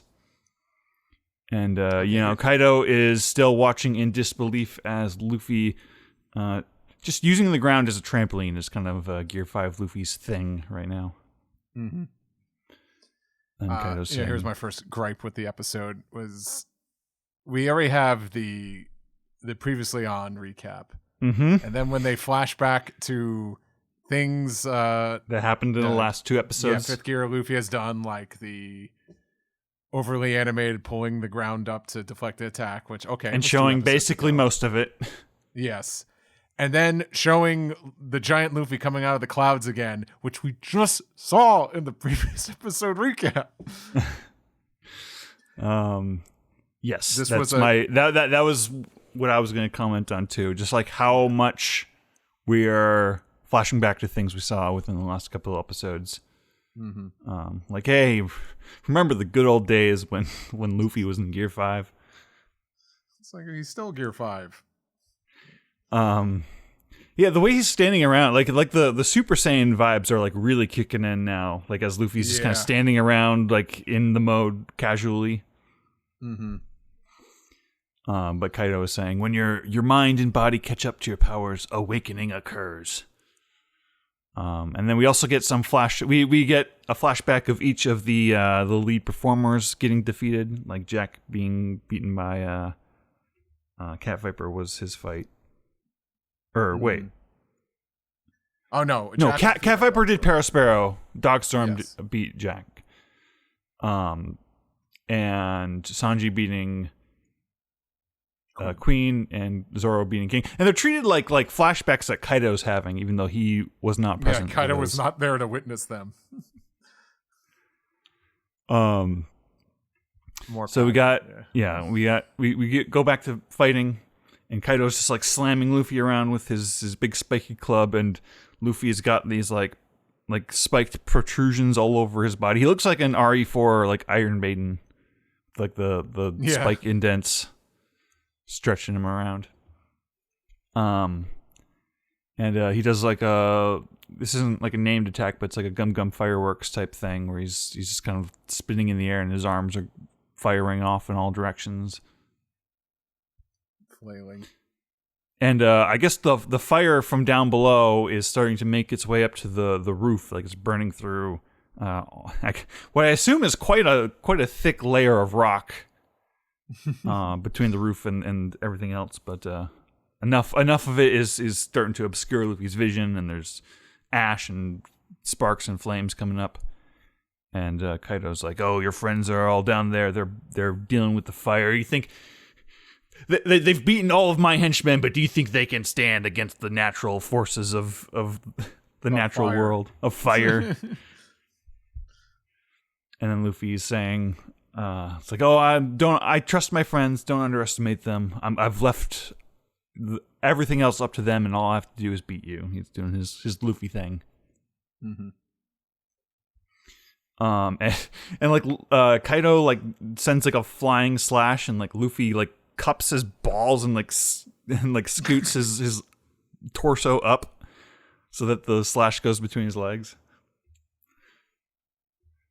And then we cut down below, and it's just sort of cutting around to everybody kind of figuring out the fire situation. Nami and Otama Yeah, cute little scene here. I like are it. hanging out together. They're still talking and giving each other moral support. Nami being Miss Mom to Tama. And we've got I like Jinbei and Raizo like kind of like lifting each other up by the shoulders. I like Jinbei's like, I like helping people. I like helping people, and Raizo's thinking to himself like, just hold on, everybody. We'll get through the fire. I maybe have some ideas. And that brings us to the eye catch of the episode, and we get Jinbei's eye catch for the first time. I can't believe I didn't realize that we have not got Jinbei's. Same. His eye catch music does not scream Jinbei to me. Yeah, I'm like, is this Jinbei's theme? Probably, I guess.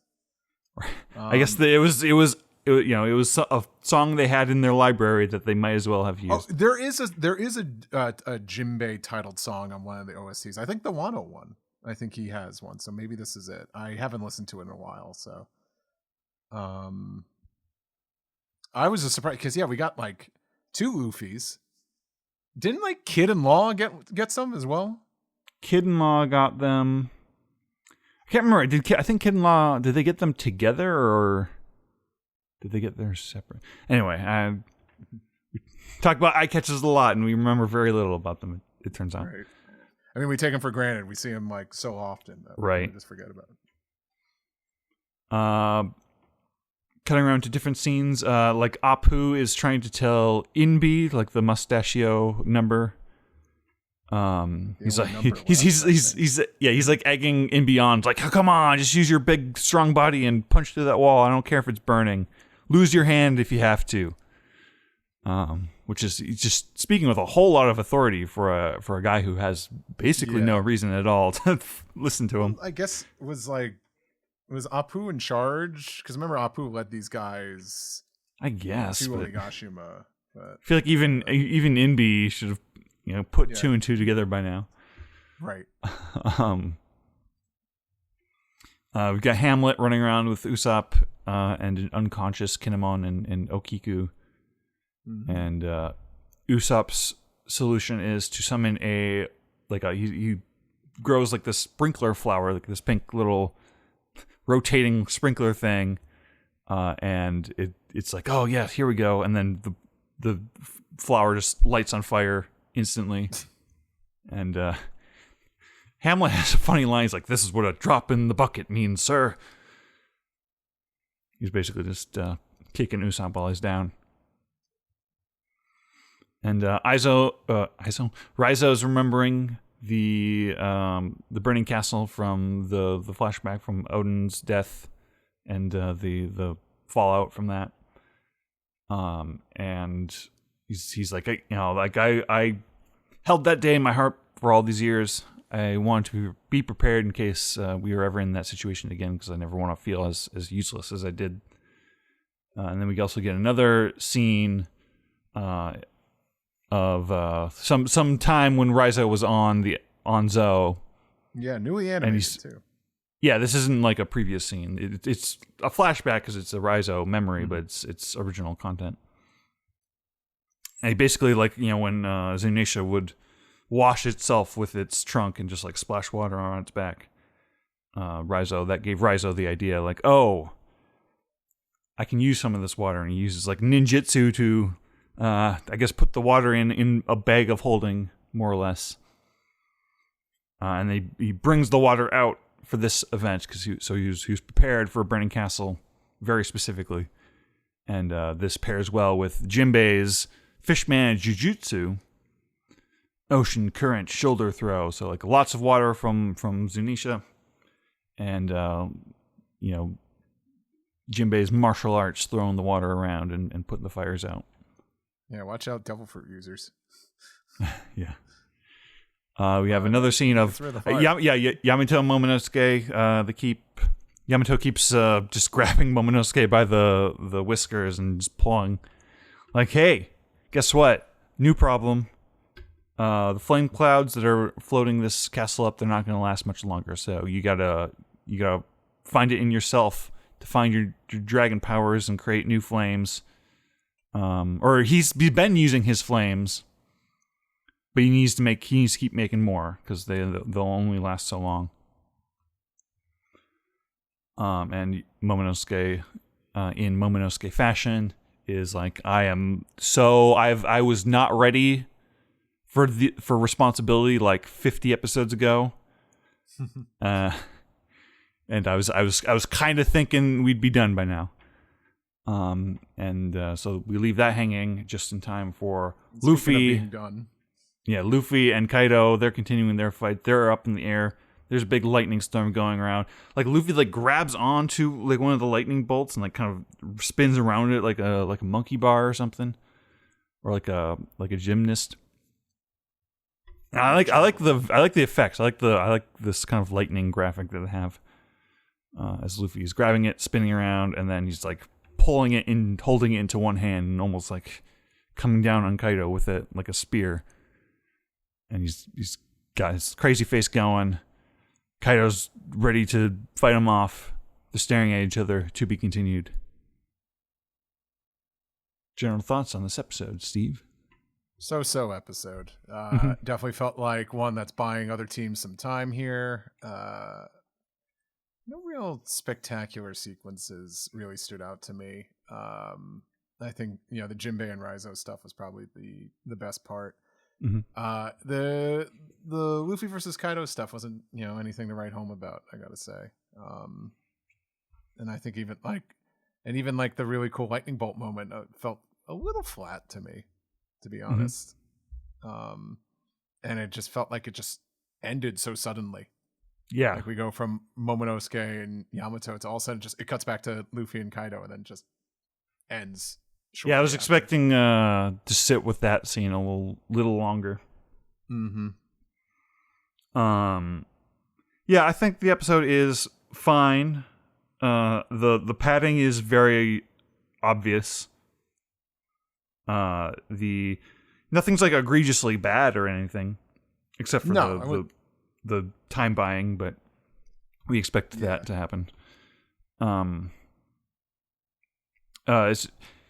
I guess it's like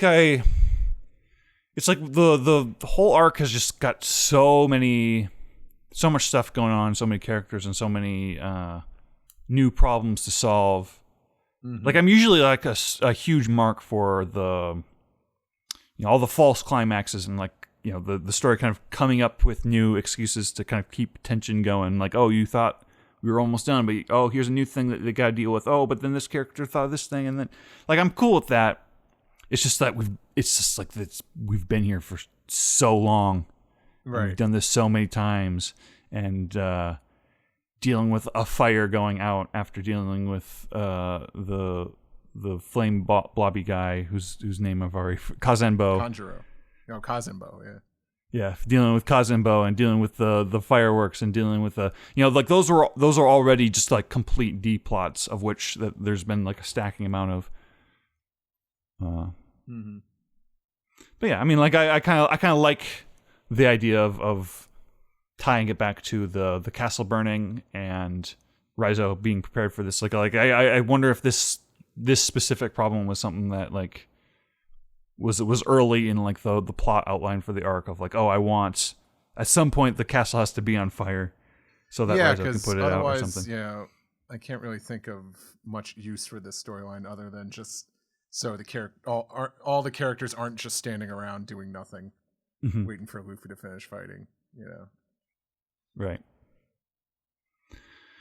Yeah, it was an alright episode. I think we're mostly on the same page here.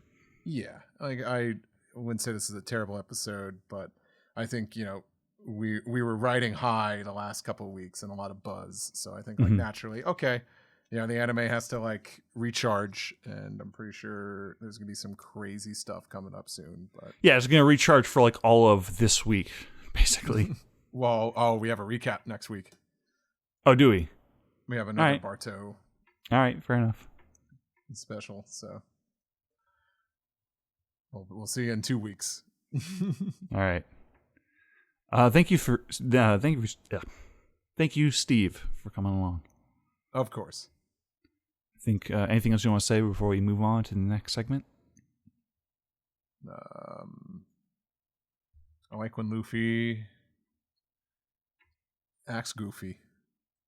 I do too. That rubber More boy than is this. all right. All right. Thank you, Steve. Thanks. This is the Piece Together segment where we take your questions, comments, theories, and where we find out that I learned it from watching you. Let's start. What's our first of the Piece Together segments this week, Ed? Well, Zach, that would be Dispiece. And we have Alex will be our Dispiece reader person thing. Yes, I will be reading this piece today. Really quick though, I don't think Joe cleared out the old ones. No, she did not. So you could start at the one for Steve. I think was the first one. I don't know if you see that one. Okay, I see a question from Michelle. It's Oh, here the we go. one- 814. Danica for Seraphim writes that one. Yep. Okay, great. Okay, great. I was like, oh crap, that's so many. Yeah, me too. I said the. Okay. All right, here we go. Danica for Seraphim writes says, "Hey OPP, I have a question for Steve. Hope you're listening, Steve. For the layman, could you elaborate on the differences between animation and compositing, and explain why/how people get them confused, if you don't mind?" Oh, this is probably me talking about Demon Slayer or something. No, we were Supposed to talking ask about this. We were talking about this with Vincent, I think, last week. Oh, okay. Animation is basically, it's just, is drawing the moving, pictures that, the different frames that make up, that, like a piece of actual animation. Compositing might be, say, if a character was just animated on its own. Compositing is like putting that character animation on top of like the background art. Compositing might be adding in all of the VFX that were animated separately onto there. It's kind of just like taking all the pieces and putting it all together. And if I'm wrong, I never said I was right.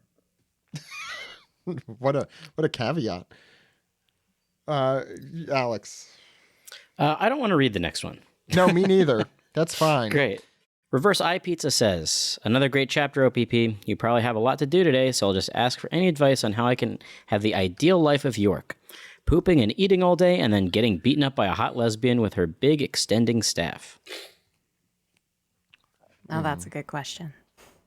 Well, I don't have any advice for that. You have to be as smart as Vegapunk to figure that out. There you go. You have to be Just a keep- genius to be lazy. Keep doing crimes. Work smarter, not harder, as they say. That's right. Yeah, those are all good answers to that. Wow, that is the Great. ideal life, though. That's true. Yeah.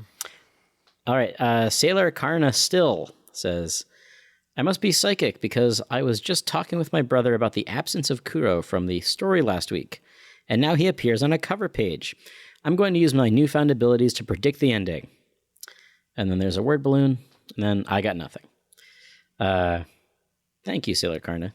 Still. Ken of Red Lions says, Ahoy OPP. Someone hurt Robin. I need to know who it was because they need to pay for it. Hopefully whoever it was is the fourth seriously wounded person in the Lapo phase. Yeah, I guess, Lucci did say there were 4 people wounded. Or I guess 4 of the... knows what he's talking about. 4 of the No, Vegapunks. 4 of the Vegapunks, yeah. Well, Makes York more was sense. beaten pretty severely, so. Well, yeah. Does York count in this instance? I don't know. Well, York is a Vegapunk, so I think that's what he was saying. I guess, yeah. York's a lot of things. Professional Poyo writes, Good day, OPP. How did I mess that one up? It's very difficult. Don't worry. I also have trouble saying simple things. Yes, you do. Yeah, try saying my name. I find that clears it out a little bit. Oh, okay. I'm just kidding. I'm just kidding. No, I'm going to go hide in a bush. Go ahead. I don't know why that's the first thing I do when I'm embarrassed, but here we are. All right. Good day, OPP. What a great chapter. I kind of respect Oda to have the Straw Hats deal with York and the Seraphim off screen, even though it'll probably upset a lot of readers. Aside from Bonnie's situation with the trauma flashback bubble, which we had better get, I think the events that transpired off-screen is unimportant plot-wise. Considering Oda has done this with numerous non-Straw Hat characters, i.e. not showing certain events, it should be no surprise that he would do this for the crew eventually.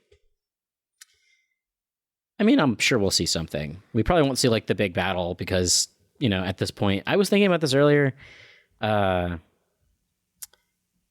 It's gotten to the point where he's sort of like, you know, oh, okay, I drew, you know, 8 chapters of, you know, side characters battling, and we're coming back to the Straw Hat crew, and, you know, this is a battle that they're just inevitably going to win, so let's just get to the important stuff. Yeah, I think, right? I think that's fair, yeah. Wisdom Pythagoras writes, they think I'm dead? I'm going to have to see a body, though Pythagoras doesn't really have a body. Speaking of not having a body, Brook has barely done anything in this arc, and he even had 0 lines between the past 2 chapters.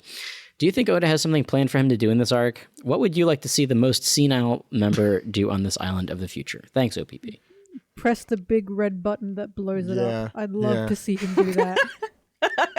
Back in my day, robots were 10 times higher.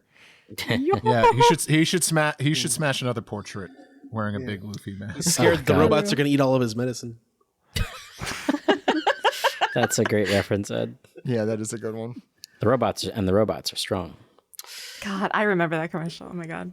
The fake commercial that was what, SNL? Yeah, I love Sam Waterston, yeah, Sam Waterston. I love when the robots eat the medicine, they just throw it against their face. Yeah, it's so funny.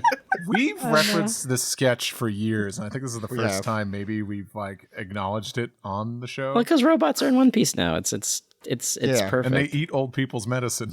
They do. And by old people, we mean Brooke. The culture difference here, I must say.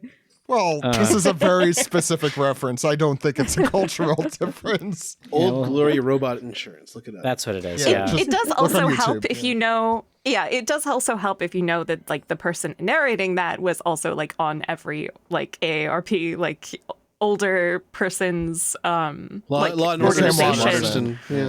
Yeah. He was also doing like other insurance commercials at the same time, which is also makes it even more fun. Hey, he's back on a rebooted Law and Order that exists for some reason. And so God. From this is Brooke on Egghead Island should start doing infomercials? Yes. Yeah. You've got it. I think so. You've got it. All right. Yeah. He's pretty free by the looks of it. You know, I may already be dead, but you don't have to be.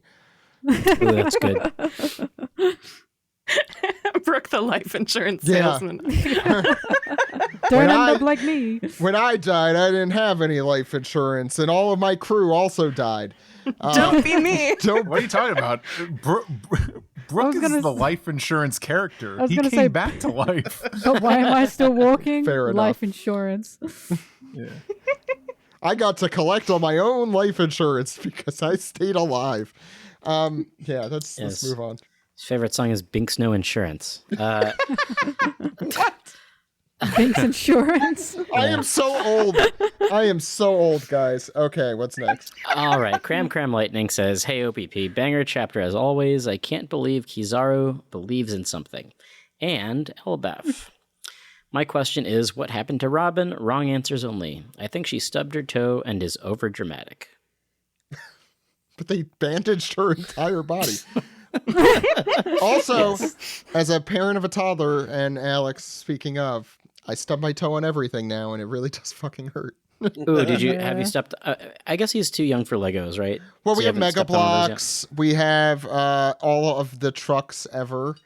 Oh, so you've stepped on a truck, I'm assuming. I've stepped on lots of things. I used to call him Godzilla, but now I feel like I'm Godzilla, just stepping over his crap.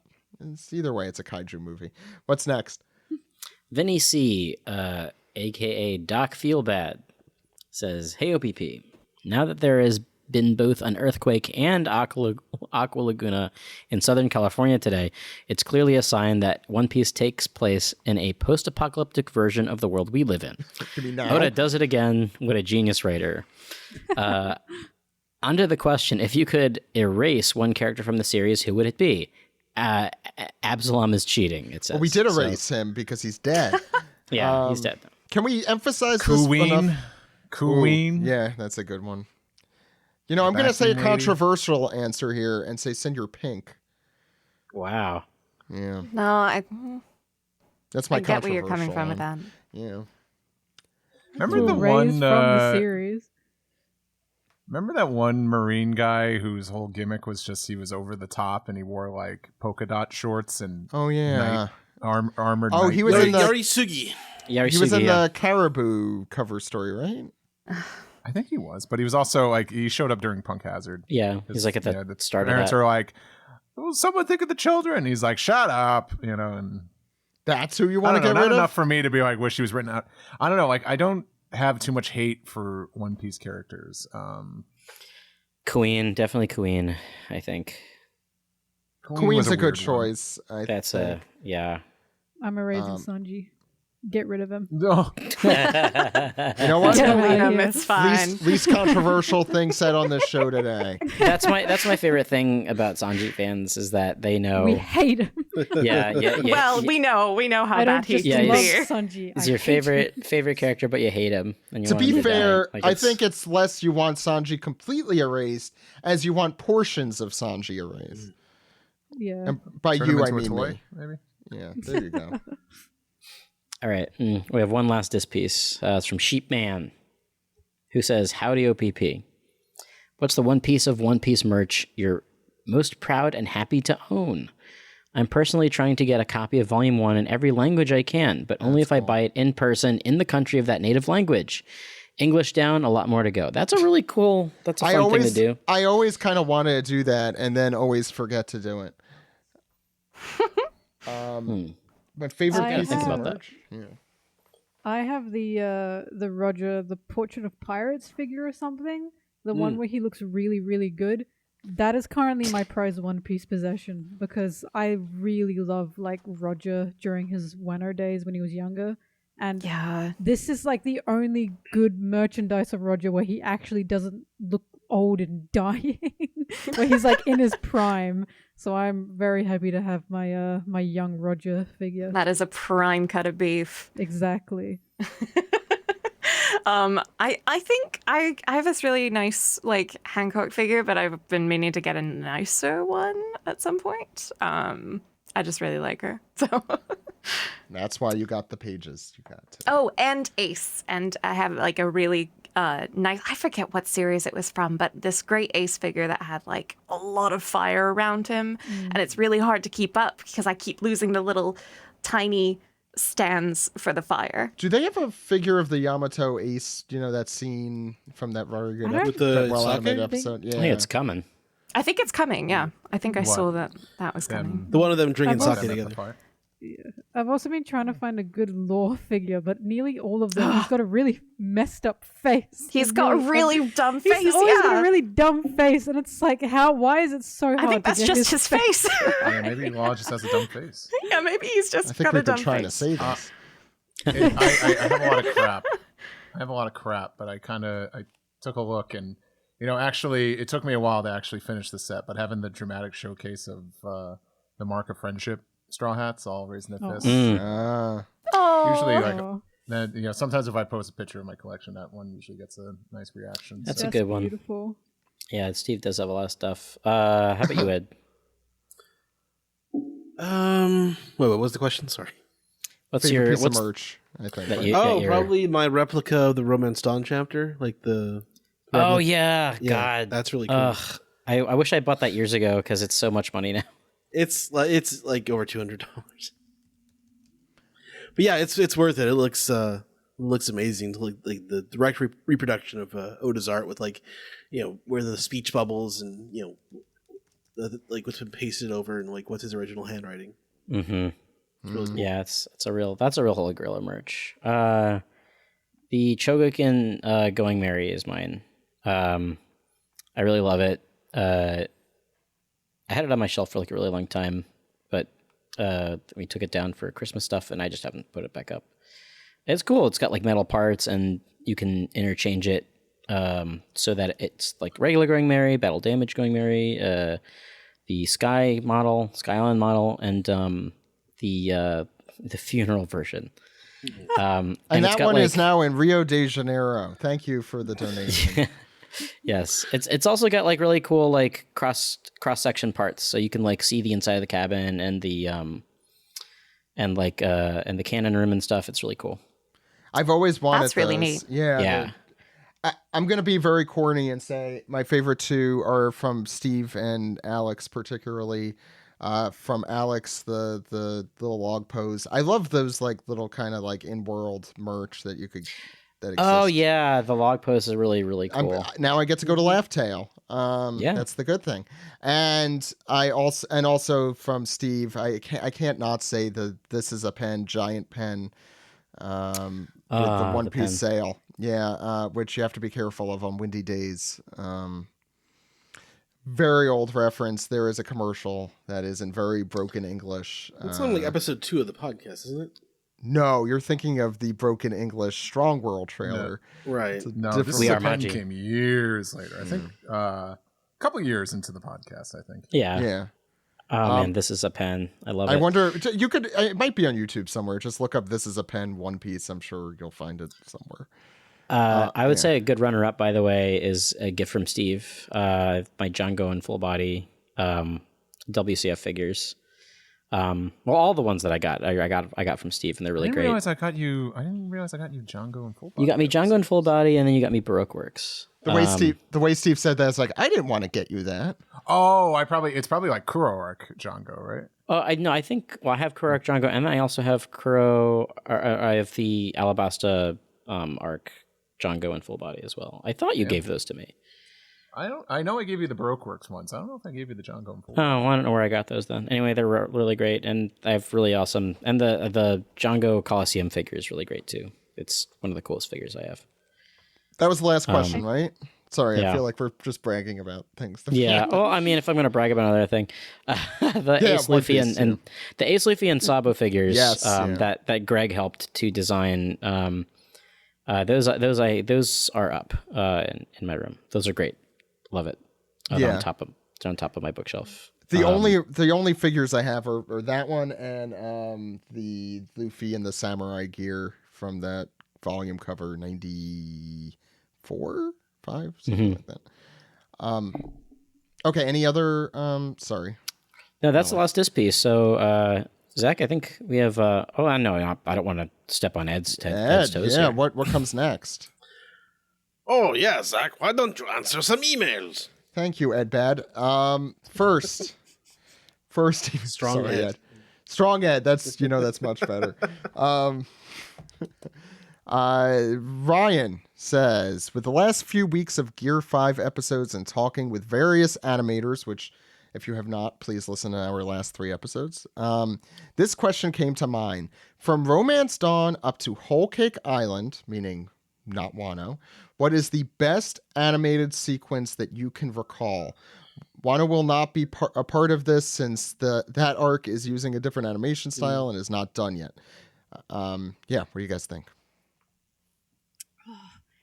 Is it just animation, or can we count in like just the scene in itself? Like, No, I because- think we're talking about the animation. I'm sorry. I mean, you can, but you'd be cheating. That's. I'd be So cheating. I'm not like super good about like visual art and stuff, and doesn't really stand out as much as like audio work and stuff because I'm an audio person. But I did just rewatch Sabaody, and the part that always gets to me is Luffy. Luffy's reaction Yes. Yeah. to losing everyone. Yeah. It's very, it's kind of over-animated, if I remember correctly. In a good way. It just Yeah. feels so real. Yeah, Right. it's over animated in like a really hyper realism way. So like it really hits you. Like rotoscoping almost. Yeah. Steve, Alex? I'm gonna cheat a little bit. Well, actually, I don't think it's cheating because it is like one sequence. The stretch from We Are when it starts with Zoro and it goes around the deck of the ship from Zoro to Sanji to Usopp to Nami and then Luffy punching the Lord of the Coast. It's really cool, also because it's a it's a camera movement that's just hand drawn. Yeah, I'm stealing that one too. That's a great one. Well, also, Run Run Run I think is my favorite. Like just animation in like an ending or like opening completely, because that I want the entire show to look like the back half of Run Run Run, where they're like hanging out on the ship and everybody has just distinct character movements and facial expressions, and that's how I like, in a perfect world the entire show would look like that. Yeah, that's mine. Alex, I don't think it's. What were your thoughts on the new ending? I forget. Oh man, I love it. When I was watching that earlier, I thought that like my favorite thing about it, and this is another thing like that I'm thinking like that I would be completely okay if there was like an entire like One Piece movie that looked like this. I love that there's like an outline around everybody. I think that's such a cool move to make. And you can really like, nothing bleeds together. It's so good. Yeah, I really, really love the new ending. The song is really great, but the animation is just gorgeous. God, like that. There's that. So cute. There's that shot of Okobori Town, and you see the like the smokestacks in the background, and it's just. It's from a different show. It feels gorgeous. It's completely different. Yeah. Yeah. And I know that One Piece lately has like the anime has felt like almost like a different show with all the crazy Sakuga shit that's going on. But I don't know. I like the really simple stuff. I don't need it to be super dynamic like that. And I don't know who the animator is off the top of my head, but the way they draw Yamato is very distinct. Yes. From the way they draw some of the other characters, and I really like it. Yeah, I really do. Yeah, he looks perfect in that. Yeah, totally. Like, that's how Yamato is. Looks different. He's got some good. He's buff arms. perfect all over. Yeah, well, I want to say it's like he's got some meat on them. Yeah, bones. Right, exactly. tricep meat. I was watching those first Yamato episodes in the anime to hear Michelle in it, and so scrawny. What is going on with the anime team for those episodes? Jeez. They it took them a bit. Yeah. They do that sometimes. Sometimes Zoro's the meatiest man you've ever seen. Sometimes he's got nothing on him. Zoro dressed Rose a suit and just saying. That was so funny. Yeah, well, I mean, to be fair, a muscled man doesn't exactly look good in a suit. So I guess I can understand why. Yeah, but Zoro shouldn't look good in a suit. He shouldn't. No, he shouldn't. He looks like when you dress up a dog. Everyone should look good in a suit. When he's in a suit to me. He just No, looks Zoro funny. Zoro looks like the kind of person who doesn't belong in a suit and should never He be. doesn't. He really doesn't. Zach, every man should like the way they look. I guarantee it. What is today's episode? Jesus Christ. I will. Can I throw like a bone to like a runner-up piece of animation so subtle? Well, maybe I'll just say the whole thing. The entire Straw Hat crew walking in the Bon Voyage opening. Oh, that's great. Yeah. Oh yeah. That's a good piece of animation. It took me years. It was only like a few years ago I realized that Luffy is mimicking Zoro in it. Oh, wait, and I'm like, how did I not see that? And then when they all do the heel kick. Yeah. Wish I knew how to do that. That's hard, but it's really cute. Yeah, go ahead. Sorry. There's another like piece of animation that I really like that's similar to that. Whenever like that particular bit reminds me of in the ending 3, Watashi get Yuri-yo, is the overhead shot of all of them walking, and it sort of looks like they're walking in place, and then like Luffy's like lagging behind, and then he like sort of like rushes forward. It's a really like rewatch that ending. It's a really really I feel like we're really cool. cheating using openings and endings. But yeah, well, I'm still trying to figure out how I feel about the Gear 5 stuff. If I'm going to be frank about it, when it comes to animation, it's hard because I like animation a lot, but I tend to take in the whole scene than just the animation. But I guess if I'm thinking just animation, I like any of Boa's movements when she's introduced and she's during the Amazon Lily arc. I really like the way they animated her and the way she moves overall in a lot of her scenes. She's very fluid in her movement, but she's also got very funny facial expressions as well when she's pissed off about anything. But that's all I can really think of if I'm just thinking just animation. But Boa really stood out.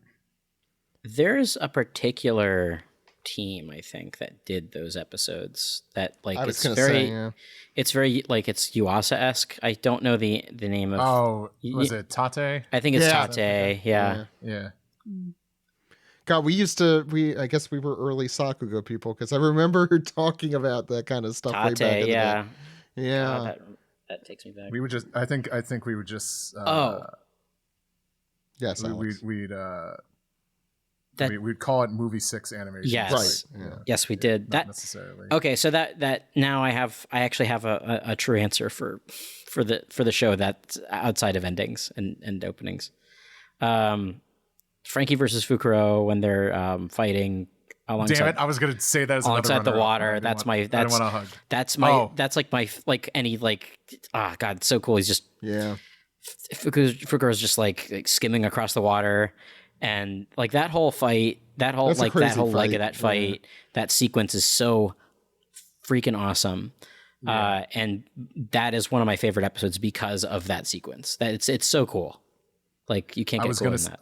I was gonna say the bit of animation of Frankie and Fukuro exchanging punches that was so good in Brand New World. They just had to put it in the anime. Yeah. Yeah, and the chopper, the Brand New World, the monster chopper thing too. There's Oh, there's yeah. a lot of good stuff. Brand World is just fun to watch. Oh yeah, that's a great one. Down in its prime. Well, the good thing But is Prime. now it's available everywhere. You could just watch it repeatedly. I feel like I'd be remiss if I didn't say the Croc Luffy fight ending.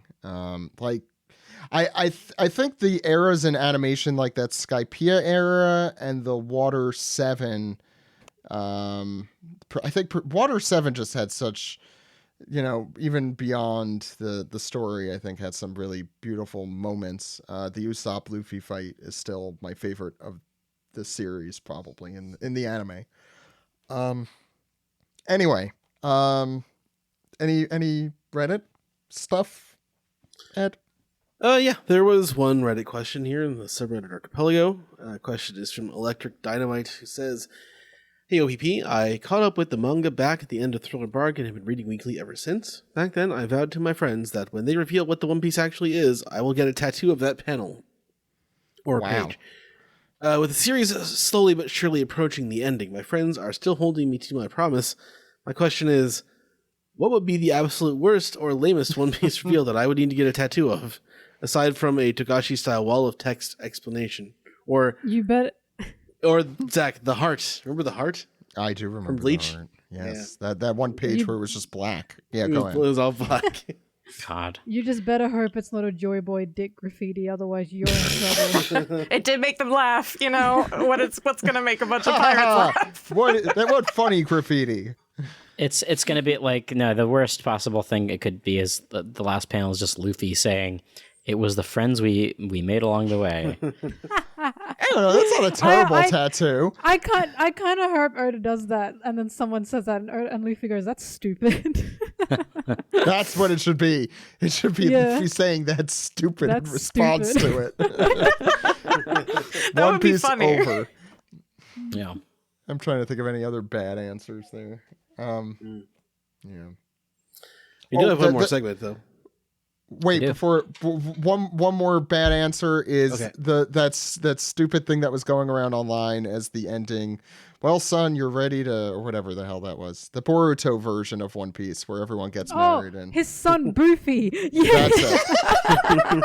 Luffy and Actually- his son Boofy. Oh god, that weird Poofy. animation where it's like, "Father, please fight me." We have Oh, we have a Twitter question, actually.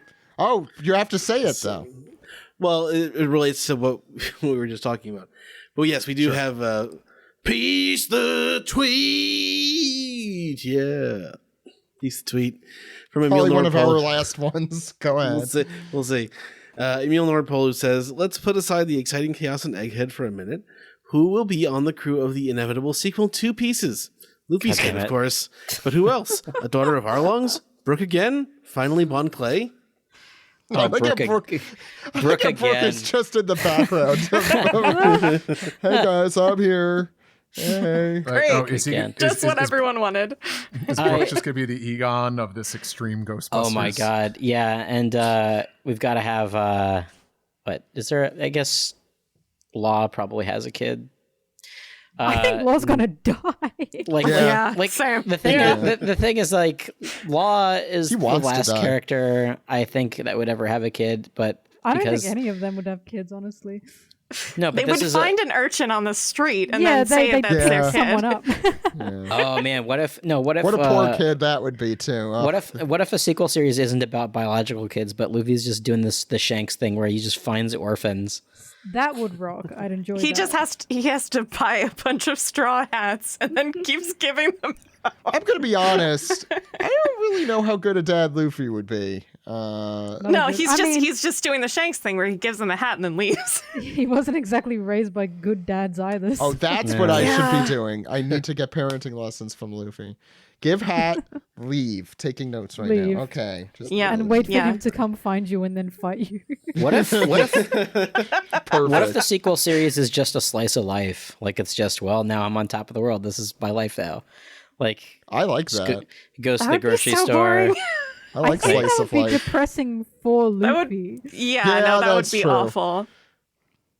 I mean, I do want a slice of life set in the One Piece world. I think that's a Yeah, fun idea. I do want that. That For would be Luffy, fun, though, that is true. Luffy Well, like, doesn't want to go to surely the boring. rest of the Straw Hats have become like adrenaline junkies, right? So if we did Yeah. a slice of life with the Straw Hats, they'd all just be going insane. I mean, Oh I've- yes, Sanji starts lacing his cigarettes with ketamine. I've always said if we get a spin-off or sequel series for One Piece, I don't want it to involve the Straw Hats. I want it to be completely different, involve either Garp. secondary or That tertiary would be cool. characters in a Garp. different time, different place, something completely different. The world is so big. Do Garp. something. Garp is a great yes, I don't disagree with that. Yeah, that's I think good. he would Garp, probably Garp. do something focused on the Marines, to be honest. And And I don't think that would interest me at all, but If it was Smoker, I'd everyone. be interested, but Yeah, but- Smoker hasn't been around. One Piece should be like they should do anthology, like other great authors that want to do it. I mean, this has already happened with the Food Wars guy and the Dr. Stone, whatever him, and I think it would be cool to just see what is this person's take on One Yeah. Piece, or the world. That'd be like, neat. what would this I guy feel want to like- make about the world? Yeah. I feel like there wouldn't be a spin-off per se, like a series. I feel like it'd be more like you could just have a bunch of short stories based on Yeah. different places with different islands. I love think that feels more Didn't like they One Piece. do that at one point. They asked a bunch of authors. I just remember reading a translation of a short story compilation. I could be misremembering, but that was pretty interesting. I don't remember that, but it's possible. There has been a lot of One Piece content. I mean, there's Wanted, but that's, the prequel Oda anthology. Yeah, but that's a good idea that I just said. Anything else, Ed? Yeah, there was a couple others. Gabe Ruiz is wondering, where are the Blackbeard pirates? Oda showed them by Egghead for a reason. Are Lafitte and Katarina already inside or hiding outside the dome, do you think? They were passing by, guys. That's what's happening. I've discovered, I think a lot of people seem to think Bonnie is Katarina or something. I don't know what's going on I've there. seen that. Oh, And that doesn't make sense because to me. she's because- weird now. No, but that doesn't make sense because surely Luffy would sense something, right? Like if that were the case. I don't know. I think it kind of it checks out. Bonnie loves pizza. Yeah, I agree with Steve here. Interesting. Ed. All right, one more from Shaheen SD, who says, do you think there is a chance Vivi will rejoin the Straw Hats now that Morgan's intercepted the call? Besides Elbaf, what other place do you think the story will go? Lodestar? Vera? Whitecott? That's Tokyo backwards. The ones that are guaranteed are Laughtail and Marijoa. Have a nice day. Yellow have dog. You'll have Dog. Yeah, that's the answer. That's where Shanks is from. It's yeah. true. Yeah, Shanks is from Yellow Dog. God Valley. It's got Valley backwards. Nice. Yep. Backwards, yeah. We better get that flashback. It's the rear entrance to God Valley. That's true. It is the rear entrance when you just see it They in keep print. teasing us with God Valley stuff, and I'm just like, give me this. I really like, from what we've gathered, I really just think it was like where all the douche. It was the Cayman Islands for the Celestial Dragons, you know? Like it was just where they could get away. Yeah. I don't actually like what happened there. I think was important, you know, for obvious reasons. But the island itself, yeah. I think it's been a mistranslation this entire time. I think it's a giant valley full of vegetables, and it's actually called Gourd Valley. Any other questions, Ed? No, that was it. That'll do it for Piece Together. Why don't we round off? All right. Do it. This has been episode 783 of the One Piece podcast. Thank you all so much for coming on. I want to mention what we've done and what we will be doing over the next few weeks. There's a lot of really cool stuff coming up. First of all, if you have not listened to our interviews with the various animators, we had 4 animator interviews over the last 3 weeks. And we also had our Sakuga expert, Skippy, joining us, and Grant joining us for the anime recap. We had Vincent Chansard. Let's see if I could do these off the top of my head. Kofi Fiagome. And we had Jeremy Pyers. And we had Jose Robledo, whose name, I mispronounced all of those. Let's just assume. Next week, we have Michelle Rojas on for a really great interview. Please listen in for that. We may also have some One Piece live action stuff. I don't know, but we'll see. And then in the following weeks, we are going to, I think, have an interview with the voice of Jinbei Daniel Bow. We're going to also have Delaney and Delaney Jordan returning, Kirsten Carey from the Mary Sue. We're going to have both ADR directors for One Piece on, Emily and Anthony. We have Mike Patton and Rogers Base rounding off the month with us in September. We'll post all that information up if you didn't get it. And please check us out on patreon.com/One Piece Podcast for alternate images, alternate titles, the full Forced to Watch 4Kids series with Alex and Steve, where they watch the entire 4Kids dub and talk about it, and a lot more. First, Mel, where could the people contact you? Twitter under MelonTeee, YouTube MelonTeee, Tumblr now. I'm in the Tumblr game now. Also under MelonTeee. Twitch MelonTeee, nearly anything MelonTeee except for TikTok. And 3 E's, right? 3 E's, MelonTeee. Tamara. Hi. Yeah, you can hear my voice in lots of games, mostly Warframe, Wargroove, Nikkei, and upcoming 40k game, which is in beta, I believe, called Road Trader. And yeah, you can find me on most social media as Total Spiffage. I'm on, whatever sites, except for Twitch, I'm Total Spiff because they won't let me have a slur in my name, which is not what it is, but, that's the rules, I guess. That took me a minute. I know. No, it takes me a minute every time I type it, and they're like, you can't have that name. But yeah, you can find me mostly on there. If you're in the One Piece sphere, I'm around and I'm doing my thing over here and enjoying all of MelonTee's videos. Oh, now, don't do that. I'll get shy. Don't enjoy my videos.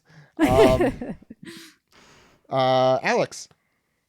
Well, I guess you can find me at the artist formerly known as Twitter, at Dude Exclamation. I still post there sometimes. I'm on Blue Sky though, at Dude Exclamation or Dude Exclamation.bluesky or whatever, however you do it.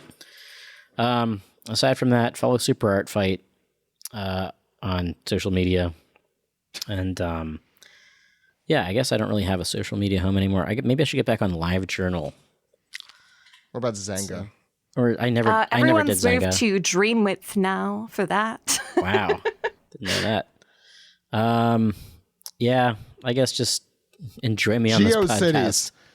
Enjoy me, yeah, geocities.com/actman526. That was my old GeoCities site from back then. Perfect. I'm not even They going have to an say updated mine. one. They have a new one that's NeoCities, and it's like has all of like the old GeoCities stuff. Seriously? Yeah, it's really fun. Oh my god. I was thinking of doing it just to like code something in HTML. That kinda sounds fun. fun. Yeah, I used to do that. Back in Anyway, follow, listen to me on this podcast. Yes. That's he's right. Steve. Quick question: is it pronounced GeoCity or Geocity Zone? I get it. Thank you.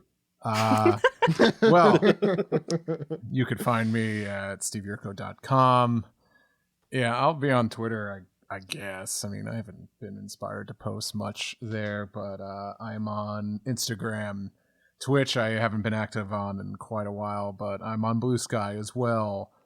Threads, I guess, whatever that is. I've only heard bad things about it. Yeah, I haven't gone on Threads yet. You can't cancel it or something, so I'm not doing that. Allow me to quote Sebastian from the Little Mermaid when I say Threads. It is a mess. But also I am also a co-host on the Let's Play channel, ProZD Plays Games on YouTube. For a second there, I thought when you were going to quote Sebastian, you were going to say, "She's got legs, you idiot." Could have gone a lot of different ways there. I don't know why that was the first one that came to me. Trying to get Threads over by saying it has legs. Ed, where could the good people find us? Well, you are Zach_Logan on Twitter for the time being. I'm Edward E. One Piece. Podcasts can be found at the new and improved OnePiecePodcast.com. OnePiecePodcast@gmail.com is our email address. Please support us, patreon.com/OnePiecePodcast. You can subscribe on SoundCloud, subscribe on Spotify, subscribe, rate, and review on Apple Podcasts, or call us on our phone number, Zach. That phone number is 347-497-MAJI. That phone number again, 347-497-6254. Call anytime. You should be calling. With your questions, that company doesn't exist anymore. With your questions, comments, theories, or why Jinbei the gatekeeper won't let you in. Please also check us out at Maji.media for all of our sister and brother podcasts there. Lots of great people doing lots of great stuff. And I think that'll do it until next week when we have Michelle Rojas on and maybe some live action stuff. And then the week after, the manga returns. So until then, my name is Zach. My name is Ed. My name is Steve. And my name is Alex. We'll see you next week, everyone. Goodbye. Bye-bye.